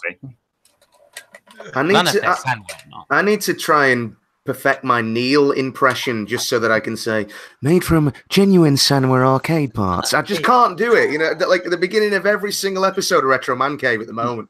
Made from genuine Sanwa arcade, but I cannot. It's close. You have to do that sort of thing at the beginning where you first have to be him from the introduction, and you just have to calm down a little bit. Yes. Look at the camera and just, hello, cave dwellers. Cave dwellers. It's very calming. It's relaxing. It's a tweed jacket with maybe a nice sort of woolly jumper on underneath. And Neil has style. yes, Neil has style. I even said to him at Play Expo, I went, Neil, I said, I wish I had the style that you have, because he just has style. When I was filming the video for when I appeared on this channel, I imagined him standing in front of me going, "So, what are you going to kill us now, Bug?" He does have the 80s down pat, doesn't he? It's basically the new Tony Hart. Yeah. You think that? all I think of him is constantly going, Bruce Lee, 1,000,001 times, you know. Yeah. Can someone explain this bloody thing? What was there to explain? It's an incredible controller. It's a great controller. Man, Slopes. Why is that? Why is it good? I mean, look at the size of the empty space. Yeah, but that's because you put a VMU in it. Yeah, you got to have a VMU in it. Look at this, but look. I like the two controllers in one. chunky. You put the VMU in, and then look at the size of the empty space. You put a rumble pack in that one. You put a rumble pack in that one. It's great. It's like all right. Yeah. And so you put the rumble pack in, if you can, because they don't bloody fit. And then now you've got something that's the same weight as a fucking Xbox. Oh, look at that. But this is the thing. But that's what's good about it. It was designed. The Xbox One Elite controller is a really heavy controller. It feels beautiful in your hands. Like, you know, the only reason that you would have this, reason you would have this with this weight and this cumbersomeness is so that you get exercise while gaming. That's what that is. No, it was because it's a weight training exercise. Times were becoming hard when the Dreamcast came out. Sega knew this. They knew that the strife of the common man was becoming more and more difficult. They wanted you to be able to protect yourself. They wanted, if you were doing a heavy gaming session at home and some marauders attempted to break into your home, they wanted you to be able to fucking kill somebody with a controller if you threw it hard enough. And that's the whole point of the Dreamcast controller. Right, so the Dreamcast is for self-defense, is it? I do not get these controllers. That's because you haven't got 3 hands. Nintendo were designing that for aliens. Yes, it's like, what is this? This one, isn't it? My other half has just brought me the ultimate in stupid controllers. How can anyone play a game with a chainsaw? Is that the lollipop chain? Is that the lollipop chainsaw thing? Resident Evil one, isn't it? Isn't the Dreamcast controller an extension of this? Wow, look at that. Essentially, yeah. Look how clean that is. It's only ever been played about twice. It came in the can't hold it. Please take the chainsaw. And look, you've still got the actual game in its cling film still. It's always good. It's always good when you got that controller with you, because if you lost your frisbee, you can always use the Saturn controller. Yeah, and it looks partly like a CD player, don't it? Like one of the personal portable CD players. I adore the Saturn. Patrick, controller. we did notice that you've gone. Oh, hi. Cheers, Patrick, for popping in. Thanks, mate. Nice seeing your collection there. It's good stuff. And that controller, that Saturn controller, how many people have mixed that up with a multi-mega? As in, you think it is the multi-mega because it's that big? Multi-mega from a distance. Yeah. I miss my multi-mega. I really miss my multi-mega. But your aim's getting better. Yeah, I miss mine. Check this out. I got this sent the other day, which is really, really awesome. There must be some War of the Worlds fans. Oh yeah, Dan, now you're talking my language, mate. Now you're talking my language. Coming out to do with War of the Worlds soon. Well, not too soon, but yeah. And they sent me this book, and it's beautiful. It's the original H.G. Wells book, but it's got loads of just like awesome illustrations next to all of the text. It's absolutely stunning. Yeah, really, really cool. It's a fantastic book. Have you got it? And then a fantastic album. No, I mean just the original story of War of the Worlds. I haven't got that book that you've got, but no, I love War of the Worlds. I love the book, and then I love the 1953 movie that they made. Look at how awesome those original illustrations are, where they're just so ridiculous. Yeah, beautiful. Fantastic, aren't they? And then Jeff Wayne adapted them for the album, didn't he? Jeff Wayne totally adapted them. Yeah, so incredible. I've got here a 1974 comic book version of Slelgehurt Raw Eater That's incredible, man. Is that the Polish translation there, Chris? Yeah. My camera's the other way around. That's really, really cool, man. You didn't even know. It's the thing, it's the other way around on mine, because I bet you can't see Kiss on the t-shirt, can you? But it looks like sick, even though I can see it perfectly fine. Oh, well, hang on. Dude, your t-shirt's sick, man. Hang on. I'm going to sort this problem out right now. Right. There we go. There we go. Now you can see it. There we go. Now you can see the Amstrad's the correct way round as well. The Amstrad, that's the right way. You mean it's not the limited edition backward one? No. I am disappointed. So guys, just to flog a War of the Worlds donkey, I about a month ago or so, I can't remember exactly when. I know what you're going to say. With my wife in the O2. Yeah. And it was just absolutely mind-blowing. It was just a phenomenal performance. It was just amazing. And if you've grown up, you've heard the original album, you had the new generation, which I liked as well. Oh, I love the new generation. And what's amazing, the bit that will really blow your mind when you see this, they're doing this endlessly, this show. He's been doing it for 40 years. Yep, I've seen it twice live, and this time around was phenomenal. But I love it with Liam Neeson, but again, it's just not as iconic as no one would have believed in the last years of the 19th century that we were being watched. It's Burton's voice, what you want to hear at the beginning of that album. You know, one of the coolest bits of it I really liked was on the Eve of the War track when they've obviously separated the tech bit with the beat, right? Yeah. But they've put that effect in when it drops, it goes like that, it's like a computer game sound effect, but it's simulating obviously the landing of the cylinder. And he switches between the Black Smoke band to the string section as he does it. It's like dun dun dun, it's brilliant. Yeah.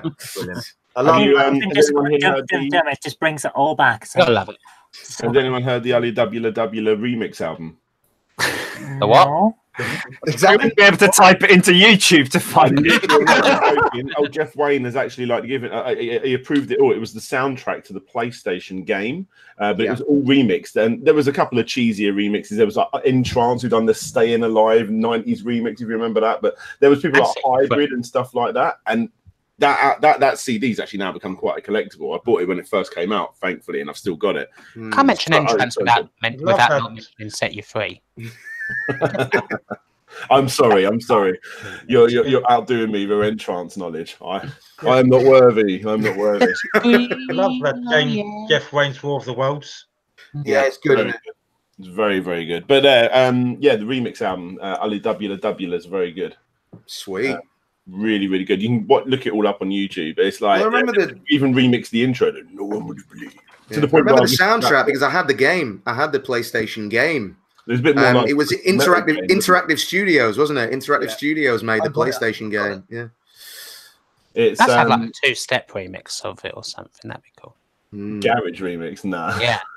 I've got to pop off for a second. I'll be back. Apologise for the sight of me is going to give anyone nightmares. Yeah. I've just noticed the pages of my comic book have turned pink. Look. Good colour. That's beautiful that you got that. That's really nice. Yeah. Well, this is a part of it. It's part of a comic book series like in the early 70s where they did it because on the back it says all the others that they did. So you got Dracula there. Oh wow. So yeah, it's not in the best of Nick, but I've tried to keep it as good as I can. Yeah, cool. It's perfectly fine. Late Night Reviews said, "What did you think of the version with Tom Cruise?" Oh, I didn't mind it. It was okay. Like it's fine. It just wasn't. The thing is, if it wasn't called War of the Worlds, it would have just been an all right, good alien invasion. It was good, but I preferred the 1953 movie version. That terrified me as a kid. I saw that as a kid and had nightmares about that for years. Genuinely, I've seen that one more because I remember watching it a lot more as a kid. But the thing with the 1953 version was an issue. There wasn't really any tripods, and it isn't really a War of the Worlds anything without tripods. Well, it is.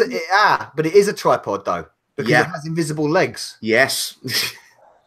You see, and it says that in the film. It's not a flying machine. The Dr. Forrester says it's not a flying machine. It's supported by 3 invisible electromagnetic legs. Yeah, I know. But it's just it was terrifying because of the heat ray.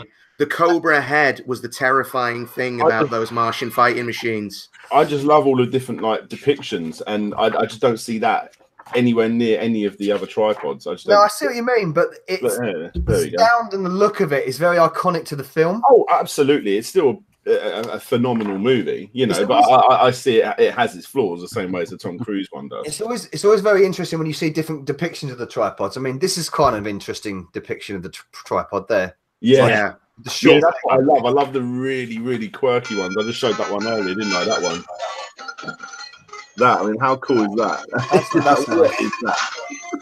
Because the statue of the tripod in Woking, which is in Woking Town Centre.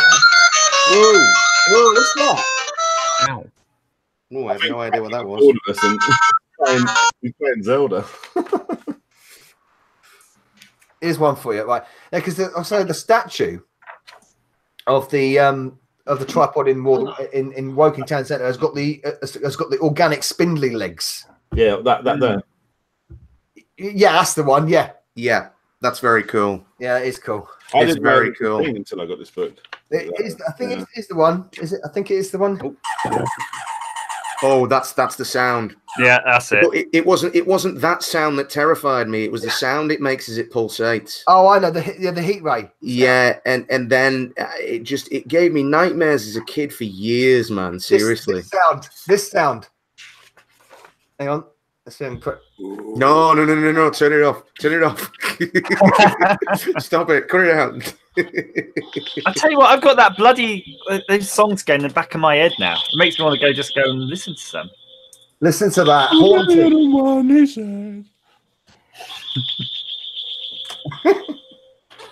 Listen, do you hear them crawling near in their search for the sinners? Oh, it's so nice. I'll tell you a bit of an interesting insight, actually. You know Nathan James, who was doing the live tour on this one? He was playing the Voice of Humanity. Yeah, I auditioned for Inglorious, like his band, years ago, and didn't end up getting that. But yeah, so obviously he's quite good, the old Nathan James. He's quite strong. I mean, I'd say one of the weakest in it, the cast, was probably Jason Donovan. Yeah, I see. There's a weird thing because I'm such a huge Phil Lynott fan and Thin Lizzy fan. To me, to deliver that performance, you have to kind of try and deliver it with the amount of effort that Phil Lynott delivered on the album. And Jason Donovan seemed to just kind of not belt it out as much as possible, you know? Who was it? The artilleryman? You're right, but the guy who played the artilleryman is fantastic. I'm trying to find out who yes. There you go. Who was it? It was wasn't it the fella from the Kaiser Chiefs? No, it's been changed. Adam Garcia. Adam Garcia. Garcia. He's the Adam Garcia. Oh, he's needed to sing with Queen now. No, that's Adam Lambert. Oh, Adam Lambert. Sorry, Adam Garcia did a really, really, really good job as the artilleryman. He is fantastic. Job. You know, you can tell when they're people when they start singing, and you can hear them over the sound of the PA. And you just, they've got charisma in the voice. Yeah, but I thought Newton Faulkner did well as well, singing. You know, he did a decent version of Forever Autumn. I thought. Yeah, he's a bit weak. But I think the one that was like Carrie Hope Fletcher, I think her name was, just absolutely amazing. Gino is the best out of the lot of them. Yes. Guys, what happened? I stepped away from a couple of minutes, and all of a sudden we've gone from retro to musicals. That's musicals now. Why the hell not? This could be just do a War of the Worlds stream next time. That's it. Yeah, and then a Disney stream after that. We'll do a Disney stream. Disney, I could do. Yeah, Slaps Wheelhouse. Guys, I generally need your help. So basically, I'm at the very end of this script. I announced it on my last stream, so I don't care saying what it is. I'm doing a Beavis and Butthead video, the history in the games. Oh yes. Excellent. I end the video. I'll read roughly. I need to clean up the ending, but he said end. I need to bend it on a Beavis and Butthead joke. But what I'm doing is I'm looking for a word that has a rude word inside. I was thinking of maybe doing something along the lines, and who knows, maybe virtual stupidity will come out on a Nintendo Direct, and then there'll be a set. He said erect, but I don't know. It seems a little bit. No, he said come. He said come direct. A bit like fun, doesn't it? So I need to think of something like that inside it. But yeah, I want it to be a bit more funny than whole. You know, to be honest with you, that the beauty of some of the Beavis and Butthead jokes was that they weren't funny. Their way of doing it made it funny. So what you've got there actually sounds pretty good to me. Cool. That might be I'm trying to think of that final line. I just want that final joke in there because I've not done that joke the whole way through the video. And I thought, I'll just drop it. But if anyone can think of a word that's got a rude word hidden inside it, you wouldn't hear straight away. Come out Nintendo Direct. I was going to say, like, who knows, virtual stupidity. He may even come out on it may be announced on a Nintendo Direct. And then I'll put the laughter track over the top, and then I'll just fade out. And I was going to end it there, but shut up, Beavis. The thing with Beavis and Butthead, it's the same with Cartman. Everyone thinks they can do the voice, can't they? You know what I mean? Yeah. No. I used to do a better impression of Cornholio, but I'm not. I'm not doing that. You do the t-shirt part of it. Yeah, you do the t-shirt. I am Cornholio. I can't do this. I can't. And see, I like Beavis and Butthead Do America, man. That's. I've just got an urge to watch that film right now. This shirt. What's going on? Are you a fan of Beavis and Butthead? Yes. Chris? Are you threatening me? To be fair, there you go. We're not going to do. That's a good one. I need TV. I'm ready. I think the problem thing about like Beavis and Butthead, it's a bit like Ren and Stimpy, isn't it? They're kind of hard to watch a little bit now. Oh no! I watch them again and again and again. They never get bored. Really? You know. It's what I do America. The first time I saw that, I borrowed a VHS from a friend, and my sister and I watched it. I laughed so much, my parents came into the room to ask what was going on. And it's still just as good now. It's great. Has anyone seen the final season that came out like a few years ago? No? Not yet. No. They did a one-off season of brand new Beavis and Butthead shorts, cartoons. There was like 6 or 7 episodes, I think, maybe more. Yeah, but they brought it back, and they even done it in the same 4:3 aspect ratio as well. Oh, fantastic! But they're I'd say almost as good as the movie. Some of the stuff they say. Yeah, they're an iconic duo, aren't they? Like really iconic duo. Absolutely. Yeah. Well, I'm trying to aim a little bit more like this on my channel, trying to branch out and do these things. It's my way of being able to do every game in the world now, because I can do the complete histories, and now I can do movie games as well. You know, sweet. Hence why I look forward to seeing it, Dan. Obviously, you need to do like a history of Bill and Ted, man. That's one. Because I'm still looking forward to the complete history of Dizzy. Yeah, I was about to say that. Where's Dizzy the complete? I need it, man. I medically need it. There's no reason. It's just the fact that I just work so last minute all the time. I'm just like, what am I going to do this weekend? Literally on Wednesday, I thought to myself, I'm going to do a Beavis and Butthead video, and like it's pretty much finished. Like, I just you just get stuff on a whim. Yeah, I'm doing a video about backyard wrestling at the moment. So nice. Very nice. Am I the only one that plans out my videos? No, because I tell you what, I think we all do. But a lot of the time, you get an idea and you just suddenly start making it. Yeah. You get you have like long-term stuff, but then that things always sidetrack you, like because well, if you're anything like me, you do a whole bunch, like look up things, like do your research, and then suddenly something piques your interest, and then you go from that and just. I get ideas halfway through videos sometimes. That's a rejoin. I'm still working on that Disney history video, but I'm still waiting for comments from people. Yeah, we were just talking about that complete history video. It remind us, Patrick. No, it will happen. It will happen. The script was like not finished, but it's good halfway there, I reckon, at least on the history part. Yeah. But that was even before I had a rolling intro. I wrote that script, so I need to go back and clean it up. You're doing a Disney video as well, Daniel. I will be eventually, yeah. And main man Novabug here is going to be like co-doing it with me. Nice. I look forward to seeing it. Retrounlim's got a brilliant one for you, Dan.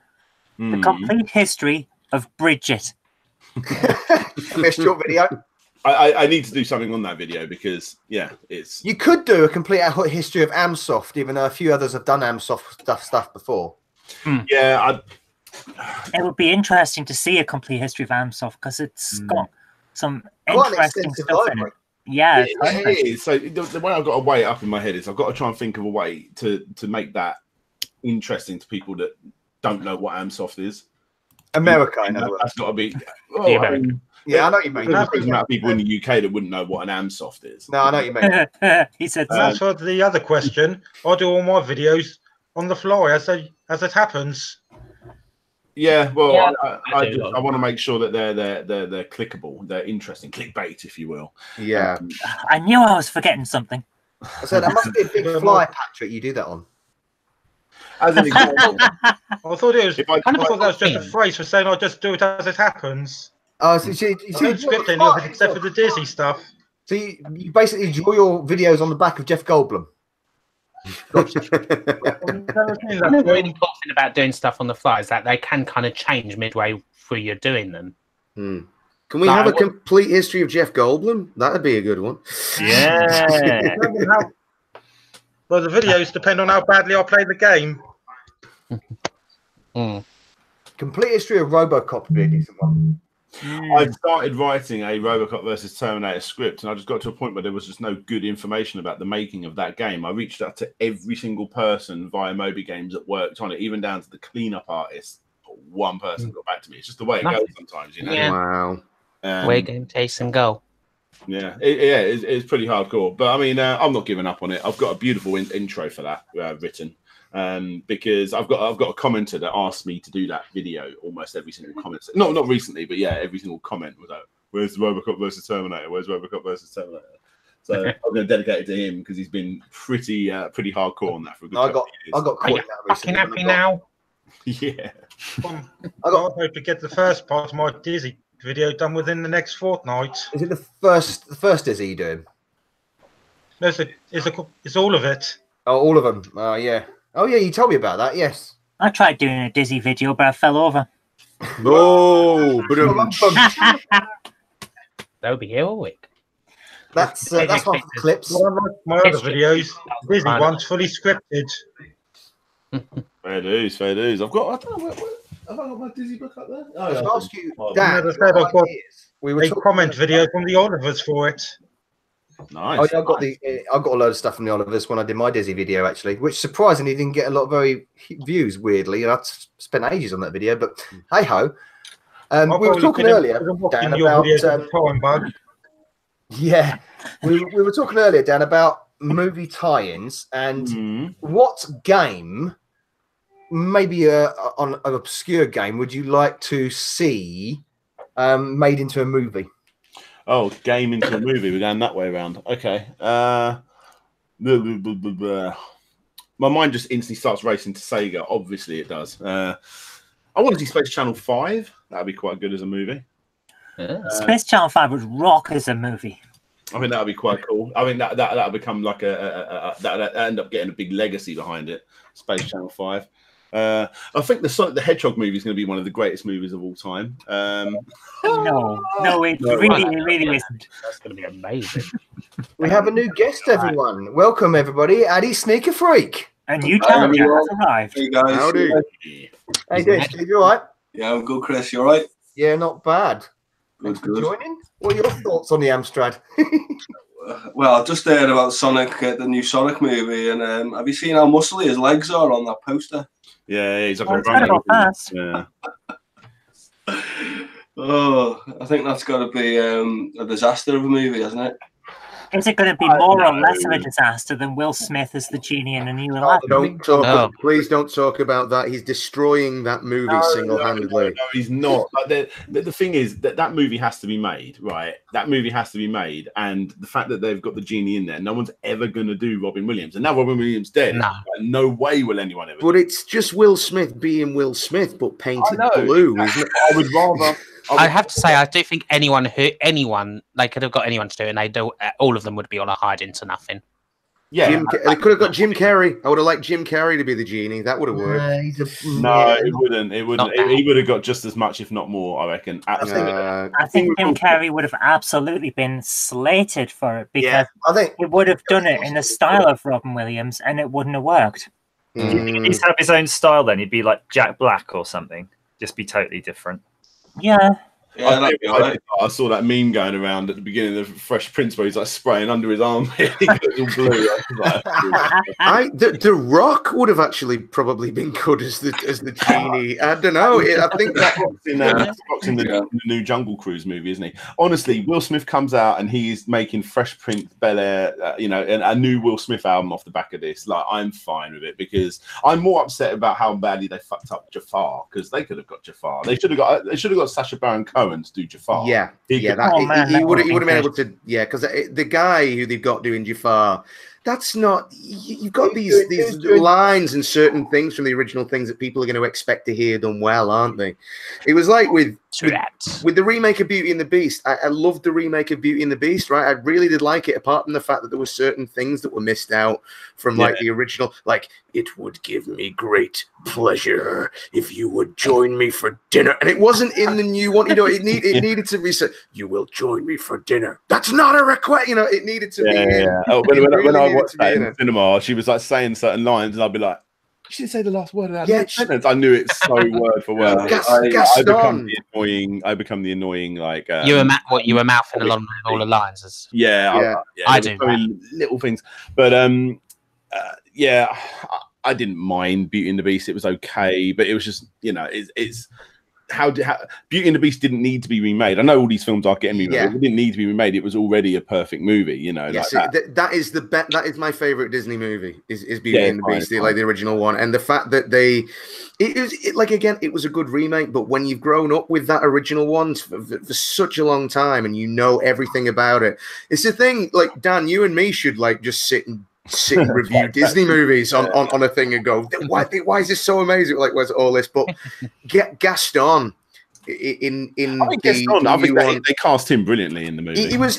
But if I say that it's missing something every time they remake these things, there's something that's missing, just something that is not quite there. When they change up the story, that scares me, because at least with Beauty and the Beast, they done it again. They added like a song in there, but it was essentially almost word for word the same movie. Yeah, that's fine. Cinderella was practically the same movie until they smashed the glass slipper, and then that came back and it was fine again. You know, like that sort of thing. So pretty much all of these stories are the same. But when you start messing around with the storylines, that's when it really winds me up. So in Maleficent, spoiler alert if anyone that's not seen Maleficent. In Maleficent, so the prince comes in, kisses the girl that's that's sleeping Beauty, and then he fucks off. Then Maleficent comes over and kisses the girl, and then she wakes up, and I'm like, no, you do not change the story that much. That's ridiculous. You completely change one of the most important fairy tales of all time. And with Aladdin, I noticed there's sorry, but you're complaining that they added lesbians? No. And they've already started doing a few things differently with Aladdin. So basically, you got Jafar standing outside the Cave of Wonders, going, "Bring me the lamp," in his camp, quiet voice. Yeah, it's camp. It's meant to be. It's meant to be terror. It's meant to be terrorizing, isn't it? You know, not like the old guy, because you remember it's the old guy that the Jafar dresses up as that old bloke. Bring me the lamp, and then you will have your reward. Is mine. You know, that's the golden rule, haven't you? Whoever has the gold makes the rules. Yeah, it's like so already they've changed it. And I'm like, and also I don't know if anyone knows, but Iago doesn't talk in. What? No, you have to have the guy. You have to have the guy who did. What's his name? The guy who was in Problem Child. He has to be Iago. You can't have anybody else as Iago. You know. Screaming. I just can't believe it. But apparently I think it's either Jafar's, it would be Jafar's assistant. So Jafar has an assistant which is going to take the place of Iago. But the thing is, I know everyone hates on the Alice in Wonderland, but that isn't a remake.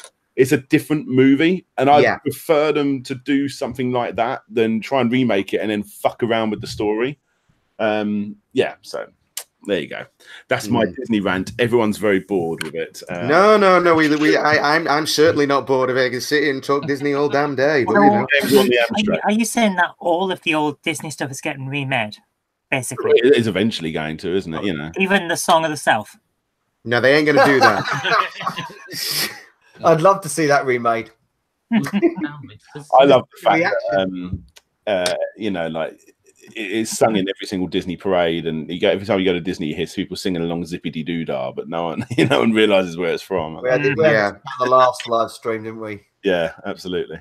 But when you talk about a remake, the last film I went and saw at the cinema, I thought Alita Battle Angel was amazing. I haven't seen it yet. Want to see it? Really want to see it. Yeah. I think I'm going to enjoy it. I'm in two minds because I love the original manga and the anime was pretty damn good. So no, it's good. It's one of those things like I've been stung too many times with this stuff. No, trust me on this one. It's really good. It follows the story of the manga so closely with all the little details. I'll give you two examples. So right at the beginning, you've got Edo in the scrapyard. La la la la la la. I'm sorry. Spoiler warning for a 30-year-old story. No, I'm not going to say any spoilers. I didn't even hear about Lita. There's no spoilers because if you've read the manga and seen the original anime, I'm just going to explain what that is. So But right at the beginning, when you in the scrapyard, there's this little scene where Edo picks up a cyborg skull and plucks an eyeball out of it. That bit was in the anime, in the book, and it's even in the live action film. It's a little tiny little detail like that, and you think, wow, they really have paid attention to detail here. Chris, you've got a guest. You've got a guest. Yeah, that's it. You got some. Oh, do we have a? Got a tag. Have In the background, mate. In the background. Behind you. You had a cat behind you, mate. Oh my! Oh right, my cat. Talking about Jude. Like, it's going to make me sound like I'm not really into this sort of stuff, but I prefer it when things get westernized. The old anime thing just annoys me. Did you watch Ghost in a Shell? Yeah, I like Ghost in the Shell. I like Ghost in the Shell. I didn't see the remake. I didn't see that. Oh yeah, the remake was good. I really enjoyed that. I thought it was a really good film. I thought it was fine. Yeah, there's nothing wrong with it. To Ghost in the Shell already, but there's a lot of consensus going around in the fandom that Alita Battle Angel is probably the best live action manga make ever. Excellent. That's it. They couldn't have done worse than Ghost in the Shell. No, well, to be honest with you, have you seen Ghost in the Shell V2, the enhanced version of the original manga? I've got both. I've got the original movie and then the enhanced movie where they went back and changed a few things with effects and stuff. What were they thinking? It's basically the Star Wars special editions again. George Lucas syndrome. All of the same mistakes, and it's atrocious. Yeah, I have to admit, I didn't like so much the later. I think there was some respin, some continues on the story of Ghost in the Shell where they start using too much sort of CGI. And I think it loses it with the sort of anime stuff when there's too much computer generated. Well, what about Akira then? Are they going to do that? I was just going to bring that up. Yeah. I'm hoping they do, and I'm hoping if they do that, they do it perfectly. I really am. Oh, I've got a lot of trepidation over that, though. Akira is great, but I'm sorry, but the anime is a classic. It's wonderful. It misses out like 95% of the storyline and becomes almost incoherent at some points. Yeah. So I would be happy if they did Akira as a series, like a Netflix series, that kind of thing. That would be great because then you could fit all the stuff in. But if they're going to have to do a new film of Akira, it has to be the Happy Harry version. Everyone remember that from YouTube? No, I don't. Look up Happy Harry Akira, where he's done an American Saturday morning TV show version. Oh, right. It is so good. With a talking bike with a smiley face and all sorts. It's fantastic. I think the problem is with Akira is a lot of us watched it when we were really young. And as an adult, when I watched that, I just don't get it. I don't get what I enjoyed in it as much. I mean, I like the art, I like the artistry of the movie, but actually it's a really messed up, weird story. It doesn't really make sense. I mean, because it's a 20-volume manga. Yeah. Was the first time most of you watched Akira when I've got memories of this in very early 90s when Channel 4 had a manga at night. Yeah, and they had I think one week they had Akira, the next week they had Rujin was it Raujin Z? That's another really good Rujin Z. Really, really good film. They show Cyber City Oedo as well. Yeah. Yes. Yeah. I used to love that. I used to tape all that stuff off Channel 4 and things. Yeah, 3 by 3 eyes. Yes. Oh, 3 by 3 eyes so good. 3 by 3 eyes is incredible. Mm-hmm. Absolutely amazing. That is. Yeah, from start to finish. From start to finish. A lot of stuff they put in these films though just bores me. Like I know it's such a westernized way of looking at it, but it's just the way I am though. Like I tell you what, I bought this game, Sushi Striker. I don't know if anyone's played it for the Switch. Not yet, no. It's like a good little puzzle game, but you got to sit through 10 minutes of anime characters going, oh, like. Dan, you uncultured swine. But to be honest with you, he's just basically explained manga and anime because most of it is protagonist, antagonist, protagonist, for about half an hour, and then something happens. I stopped watching Attack on Titan because you'd have this big old Titan run up to the building, and they'd, I'm like, oh my god, something's about to happen, and it's there, it's right next to him, and just before it comes in, the guy he's about to kill just stops and has a little flashback about when he was a kid and he got that thing said to him. And I'm like, I don't give a shit about any of this. Can I just see the Titan have a fucking fight, please? No. I know it's such a young way of looking at this sort of stuff, and I might not be cultured. I don't care. I just don't find it. I can imagine Daniel just watching, Totoro or something, just going to sleep, just watching it's like got a 10-minute scene that's just showing a field with the grass blowing on it. Maybe that's why I didn't like. That's why I don't like Ocarina of Time, because there's just so much fucking talking in it. Can we just play some fucking games, please? And that's why I like what's the one on Breath of the Wild more, because it's just more of a you can do your own thing in it. You're always playing as such. I remember some guy was like, Ocarina of Time is the best game ever. I bought a 3DS just to be able to play Ocarina of Time, finally see what everyone's talking about. And it just went on and on and on. He goes, how far are you into it? And, he's just grown up into an adult. He goes, you're about halfway through the game. I was like, fuck this, I'm just putting it down. That reminds me of that Penny Arcade when he's talking about, when Gabe is talking about how he doesn't like the new Final Fantasy. And then one guy says, so how far into it are you? They're all about 15 hours. But dude, you've got to finish the tutorial. Yeah, it's the same. I turn off newer age Command and Conquers because it takes an hour to get through a fucking tutorial. The first cutscene in Metal Gear Solid. I've seen the intro to Borderlands 2 so many times I can't even count now. You know what I mean? You cannot skip that fucking intro. And I want to be able to skip the goddamn. Let me just press the escape button. And they're hammering the hell out of the escape button, going, please let me skip this cutscene and play the game. I'm so glad I'm not the only one who keeps pressing the buttons, because maybe it'll work in a second. Right, guys, I'm gonna go because I've. Oh, do you want to play the game first, Kim? Oh yeah, what game? I forgot that was a game. Well, because I was going to start about 45 minutes earlier, but we got into a chatting stage. But we've segued nicely back into video games after. That was not a segue. That was a quick turn. We've had the Aladdin debate. We've had joystick gate. So what we got to do? What we're going to do now? It's a little game I call Pet My CPC. And I've generally got to go in a minute, guys. I said I'll go on. Start this, and if you have to go midway, then that's fine.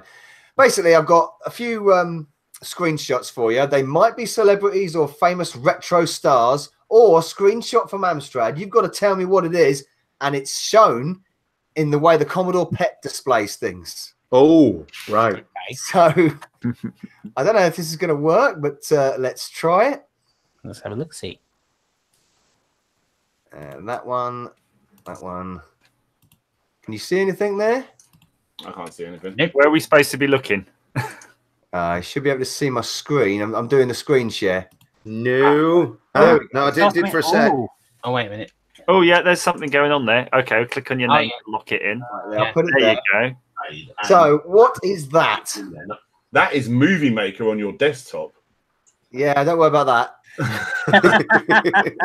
I don't use that anymore. So what is that? Is it something to do with Metal Gear? How am I meant to look at it? Like what? That's robot from Hacker. It is. Are we only supposed to be seeing a bit of it and then you zoom out? Yeah, that's the idea. Yeah, I'll zoom out to the original image. God. Well, I'll tell you what, Chris. Do you want to just show us the first one as an example? All right, okay. So, what does it look like? Basically, this is a retro film star from before, and it's Johnny Five. How are we supposed to? What? What? Yeah. Okay, so if you look, it's Johnny Five. It is Johnny Five. Yes, I can see it's Johnny Five now. What with all lines? What is that? What? That's incredible, isn't it? It is a right top of his head, his neck, and his shoulder. It looks like one of the pictures you get in Impossible Mission. Okay. Well, we've got some for the next one. We've got a bit of nudity. What's that? James Brown. Is it an abstract game or is it a celebrity? Looks like a blob. It's Frogger. Look at all of our faces. Look at all our faces. Really confident. It's a small off-duty Czechoslovakian traffic warden. I was about to say Schmeeg. You're not, or is it the Bolivian Navy on maneuvers in the South Pacific? Oh, I like it. I'll give you a clue. it's a magic eye puzzle. Hang on. If I move my face closer to the screen, can I see it? No, it doesn't help. It doesn't help. It's Hulk Hogan. Oh, What the hell? Chris, these are solid, mate. Oh, I see it now. Right, yeah. For those of you joining us late in the podcast, we are playing a game called Guess My Amorphous Green Blob. It's That's the Commodore Pet for you. What about this one? Yeah, excuse me. Operation Roll. Oh, no, it's a game. You're right there. It's a game. Golden Axe. Golden Axe. Yeah, who got that? Well, I said Golden Axe. Andrew But... Golden Axe it is on the Amstrad. What? My God. Was that the resolution of it? Bloody there. It's like a thumbnail. Is that the actual resolution on the CPC? Yeah, that's what the CPC looks like. Wow. The bloody Chrome muted me. Oh, it is, yeah. Who's got the echo? What's this? yeah. Who's got the echo? Because I'm having a. Yeah, someone's got an echo. Is that Dizzy? That is Dizzy. Yep, it is Dizzy. Oh, damn. Who's got an echo? Patrick. Is it me? Hang on, let me mute myself. You bloody Chrome muted me. Go Good back. one. Quick, talk There we about it. go. Hang on, that's not how it works. I can hear everybody. It's all Yeah, good. There's no now. echo now. Well done. Cool. That But was when did- Dizzy. So, who's When that? was the Disney one shown? Donald Trump. Yes. Oh. Right. That was a bit easier. I was about to say Bob Monkhouse. What about that one? I can see our That's okay. Barbarian? Barbarian, no. That pinball one with the big picture on the side. Yeah, what's it Samantha called? Fox Strip Poker. No. Oh, Why isn't it? It should be. Patrick got it right. Macadam Bumper. Nice. Oh my goodness. Excellently done, Patrick. Excellently done. Well, Bug says I am the keeper of the knowledge for the CPC. Exactly. I mean, I am. I expect that. Who's My, it? my knowledge is pitiful compared to yours. Tom Selleck. What's that, Kim? Tom Selleck. Spot on. Yeah. Easy one. This. Michael Jackson. Michael Jackson. Well done. That. Robocop. Robocop. Target Renegade. Yes. Well Oh done. no, got it wrong. Sorry. Spot on. We're getting the hang of this now, aren't we? Yeah. What about that? Yeah. Terminator 2, Sarah Connor. That is Sarah Connor. Oh, nice. Terminator 2. I had that particular picture on my calendar and I How about that one? turning the pages. How on that about one. that? Indiana Jones. Who said that? Indiana Jones and the Temple of Doom. That is out. Who got that's amazing. I can't believe you got that right. That is Indiana Jones and the Temple of Doom on the Amstrad. My goodness. It doesn't look any better. No, it looks better. No, it bloody doesn't. It's awful. Freddie Mercury. Freddie Mercury, yes indeed. It would help if we can see some of these. Chase HQ? Chase HQ, yes. Nice. That was good. Try. Oh. Falcon 2. Turrican 2 says Patrick. He's right. Yeah. Turrican 2. Very Amazing. good. Amazing. Oh, extraordinary. Extraordinary stuff. Buffy the Buffy the Vampire Vampire Slayer. Slayer. Buffy the Vampire Slayer. Everyone gets a. Gotta get one. Ooh. Oh, is it Alan The Sugar? Blues Brothers. Yeah. Who said what? The Blues Brothers. Sugar. Not the blue. Alan Sugar. Yeah. Looking Ah. very stressed at this live stream. Damn it. How about that one? Last one. Bridget. Bridget, everyone's favourite. Bridget. Oh, First game I ever played. It's great, isn't it? Bridget, though, is a good game. Oh yes, it's It's fantastic. all right. Yeah, superb, isn't it? I So mean, just- anyway, that was Pet My CPC. Whee. You put some weird stuff on your desktop, dude. What's weird here? You should do the browser history challenge. There is nothing weird on this. What? Steam. Wow. Skype recorder, WavePad, Vegas. He's just renamed all the shortcuts. That's all it is. Okay. Now that we've clicked on for showing your screen, how do we get it back so that it jumps around when people are talking again? Click on the screen that you clicked on so you could see it, and then it should go back to. Excellent. Thank you. Appreciate it. Well, anyway, I thought that was fun. So, yeah. Oh well. Anyway, if anyone's got to go now, that's great. Yeah, I've got to run. To be fair, I've got to get up as well. So, if everyone's happy, I think we'll call it a night. Right. It is indeed a night. We can't stop until we know who won. We had a good 2 hours, I think, tonight. It's been, decent. We've had a good chat about Amstrad and Aladdin and stuff. All the everything. It was good. The bug stream tomorrow, tape testing. Well, what we're going to do first, we're going to go through everyone. Everyone's going to do their little promo shout out. So, Patrick, go. It doesn't matter because everyone's just saying goodbye to Kim Justice in the chat. They don't care about any rest of us. Just always the way. You're used to that, though. Okay, Kim, you go first then. All right. Plug yourself. Plug myself. Whatever. I'll go plug myself. I wasn't thinking it like that. Yes, I'm Kim Justice. I do various documentaries, and yeah, you probably know me anyway. So, yeah. Ooh. Kim Justice. See you later. Bye.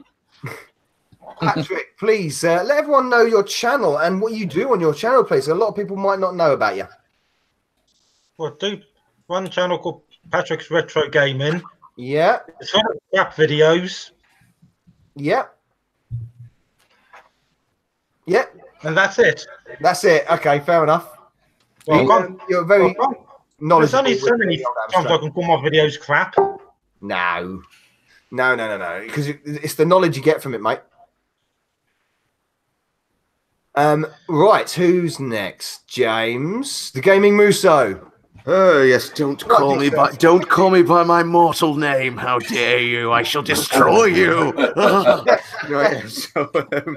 So yeah, I'm the Gaming Muso. I make silly YouTube videos and sometimes gig videos, sometimes with other YouTubers, two of which who are on this very podcast right now. Who are those? Well, they would be Kim Justice and the Slope, of course. So yeah, and I do like daily live streaming during the week where I lose my ever-loving shit at video games. Yes, I've caught you in the mornings a couple of times, haven't I? Yeah, sometimes I stream at like 7:30 in the morning, and I'm like, I get Americans coming in going, "Oh, Jesus Christ, you guys are up early." I'm like, yeah. Steve, AdiSneekerFreek. Now you've got a very different channel, so very different channel. So I have the bizarre hobby of collecting training shoes and documenting as such, with the occasional game thing or gadget thrown in. Well, someone's got to do it. Are those used training shoes? They can be used or unused. It depends on the vintage. And I drink beer quite regularly. And that also depends on the vintage as well, I guess. It depends on the vintage and the price, yes. Zoe Kirk-Robinson, please tell us what you do and where your channel is. Hi guys, Zoe Kirk-Robinson on Gamehammer Classic Gaming, but I also do the Amstrad CPC documentary CPC in the Amstrad CPC video magazine, and that's on youtube.com/Nobmouse, NOBMOUSE. And that's pretty much me. He does it very well too. The CPC's yes, is very good. Yes. Thank you. And do we really need to promo Slope since he's massive? Yeah, go for it. Go on then, Dan. Massive. Listen to this. I'm on a diet, mate. So, yes, I am DJ Slope, your spare Guru Larry, in case anything happens. And, I am. You're the permanent Guru Larry then. Yeah, we got Guru Larry 2 and Guru Larry 3 in here. So. Yeah. So, yeah, we are your spare Guru Larrys. Yeah, if anything happens and your fact hunt is belonging to me. No, I am Slope's Game Room. Type me into all of those different things on the internet. You will find me. I make videos on gaming related stuff most of the time, and I upset people on Kickstarter, as I did very recently in my last video. It's always very fun. And you do it so well. Thank you, thank you. I'm mastering the art of pissing people quite well now. I meant the videos, not the pissing people. Oh, right, yeah. Thank you very much. Yeah, you've been a very long time subscriber, like well before we even spoke. I reckon you was in my 5,000 roughly. The same goes with Novabug and Kim as well, and Back Office. Sorry, of course, and Back Office. Yeah, I'm in this room with the OGs of the channel. I appreciate it. What can I say? I'm a very simple woman at times. I see a video about Roland, I click subscribe. I'm going to quote you on that, Zoe. Zoe Kirk-Robinson. I'm a simple woman. Yeah. Yes, thank you very much, guys. Slopes Game Room, go type it in. You will find me, and then you will subscribe, and then quickly realise, hey, aren't I already subscribed to Guru Larry? Right. Hello, you. Hello, you. That's all right, guys. Look, I actually got this framed today. That's lovely. I always tell that story. My son came in my office and goes, "Are these your work friends?" I'm like, kind of. We'll leave the final word to the back office. Andrew, take it away. So I'm Andrew, or Dr. A. I spoke to Stuart Ashen. I'm allowed to be Dr. A. He doesn't use it anymore. And my channel's a Back Office show. It's actually called the Back Office, but the old name lingers. I do mainly hardware teardowns, electronic repairs, computer repairs, and the odd video game stream where I normally just play a bit of Chucky Egg or something like that. So if you're interested in random content that breaks YouTube search engine, then come visit my channel. Thank you.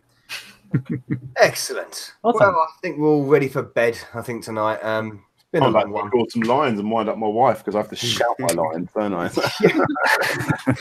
Dan, a little bit of that croaky voice.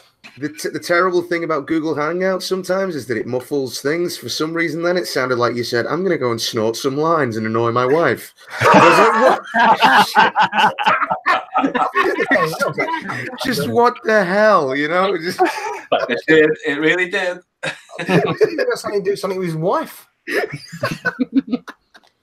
No, anyway, nothing but dust in action in that room, I'm afraid. So, on that final snorting of a line, we'll leave it there. Thank you, everyone, for joining me, and thank you, everyone, for watching. I've been Novabug. Bugarmy now retires to the wilderness, and let's all the big wave. Everyone with the big wave. Bye. Bye-bye. I'm going to do a vlog exit.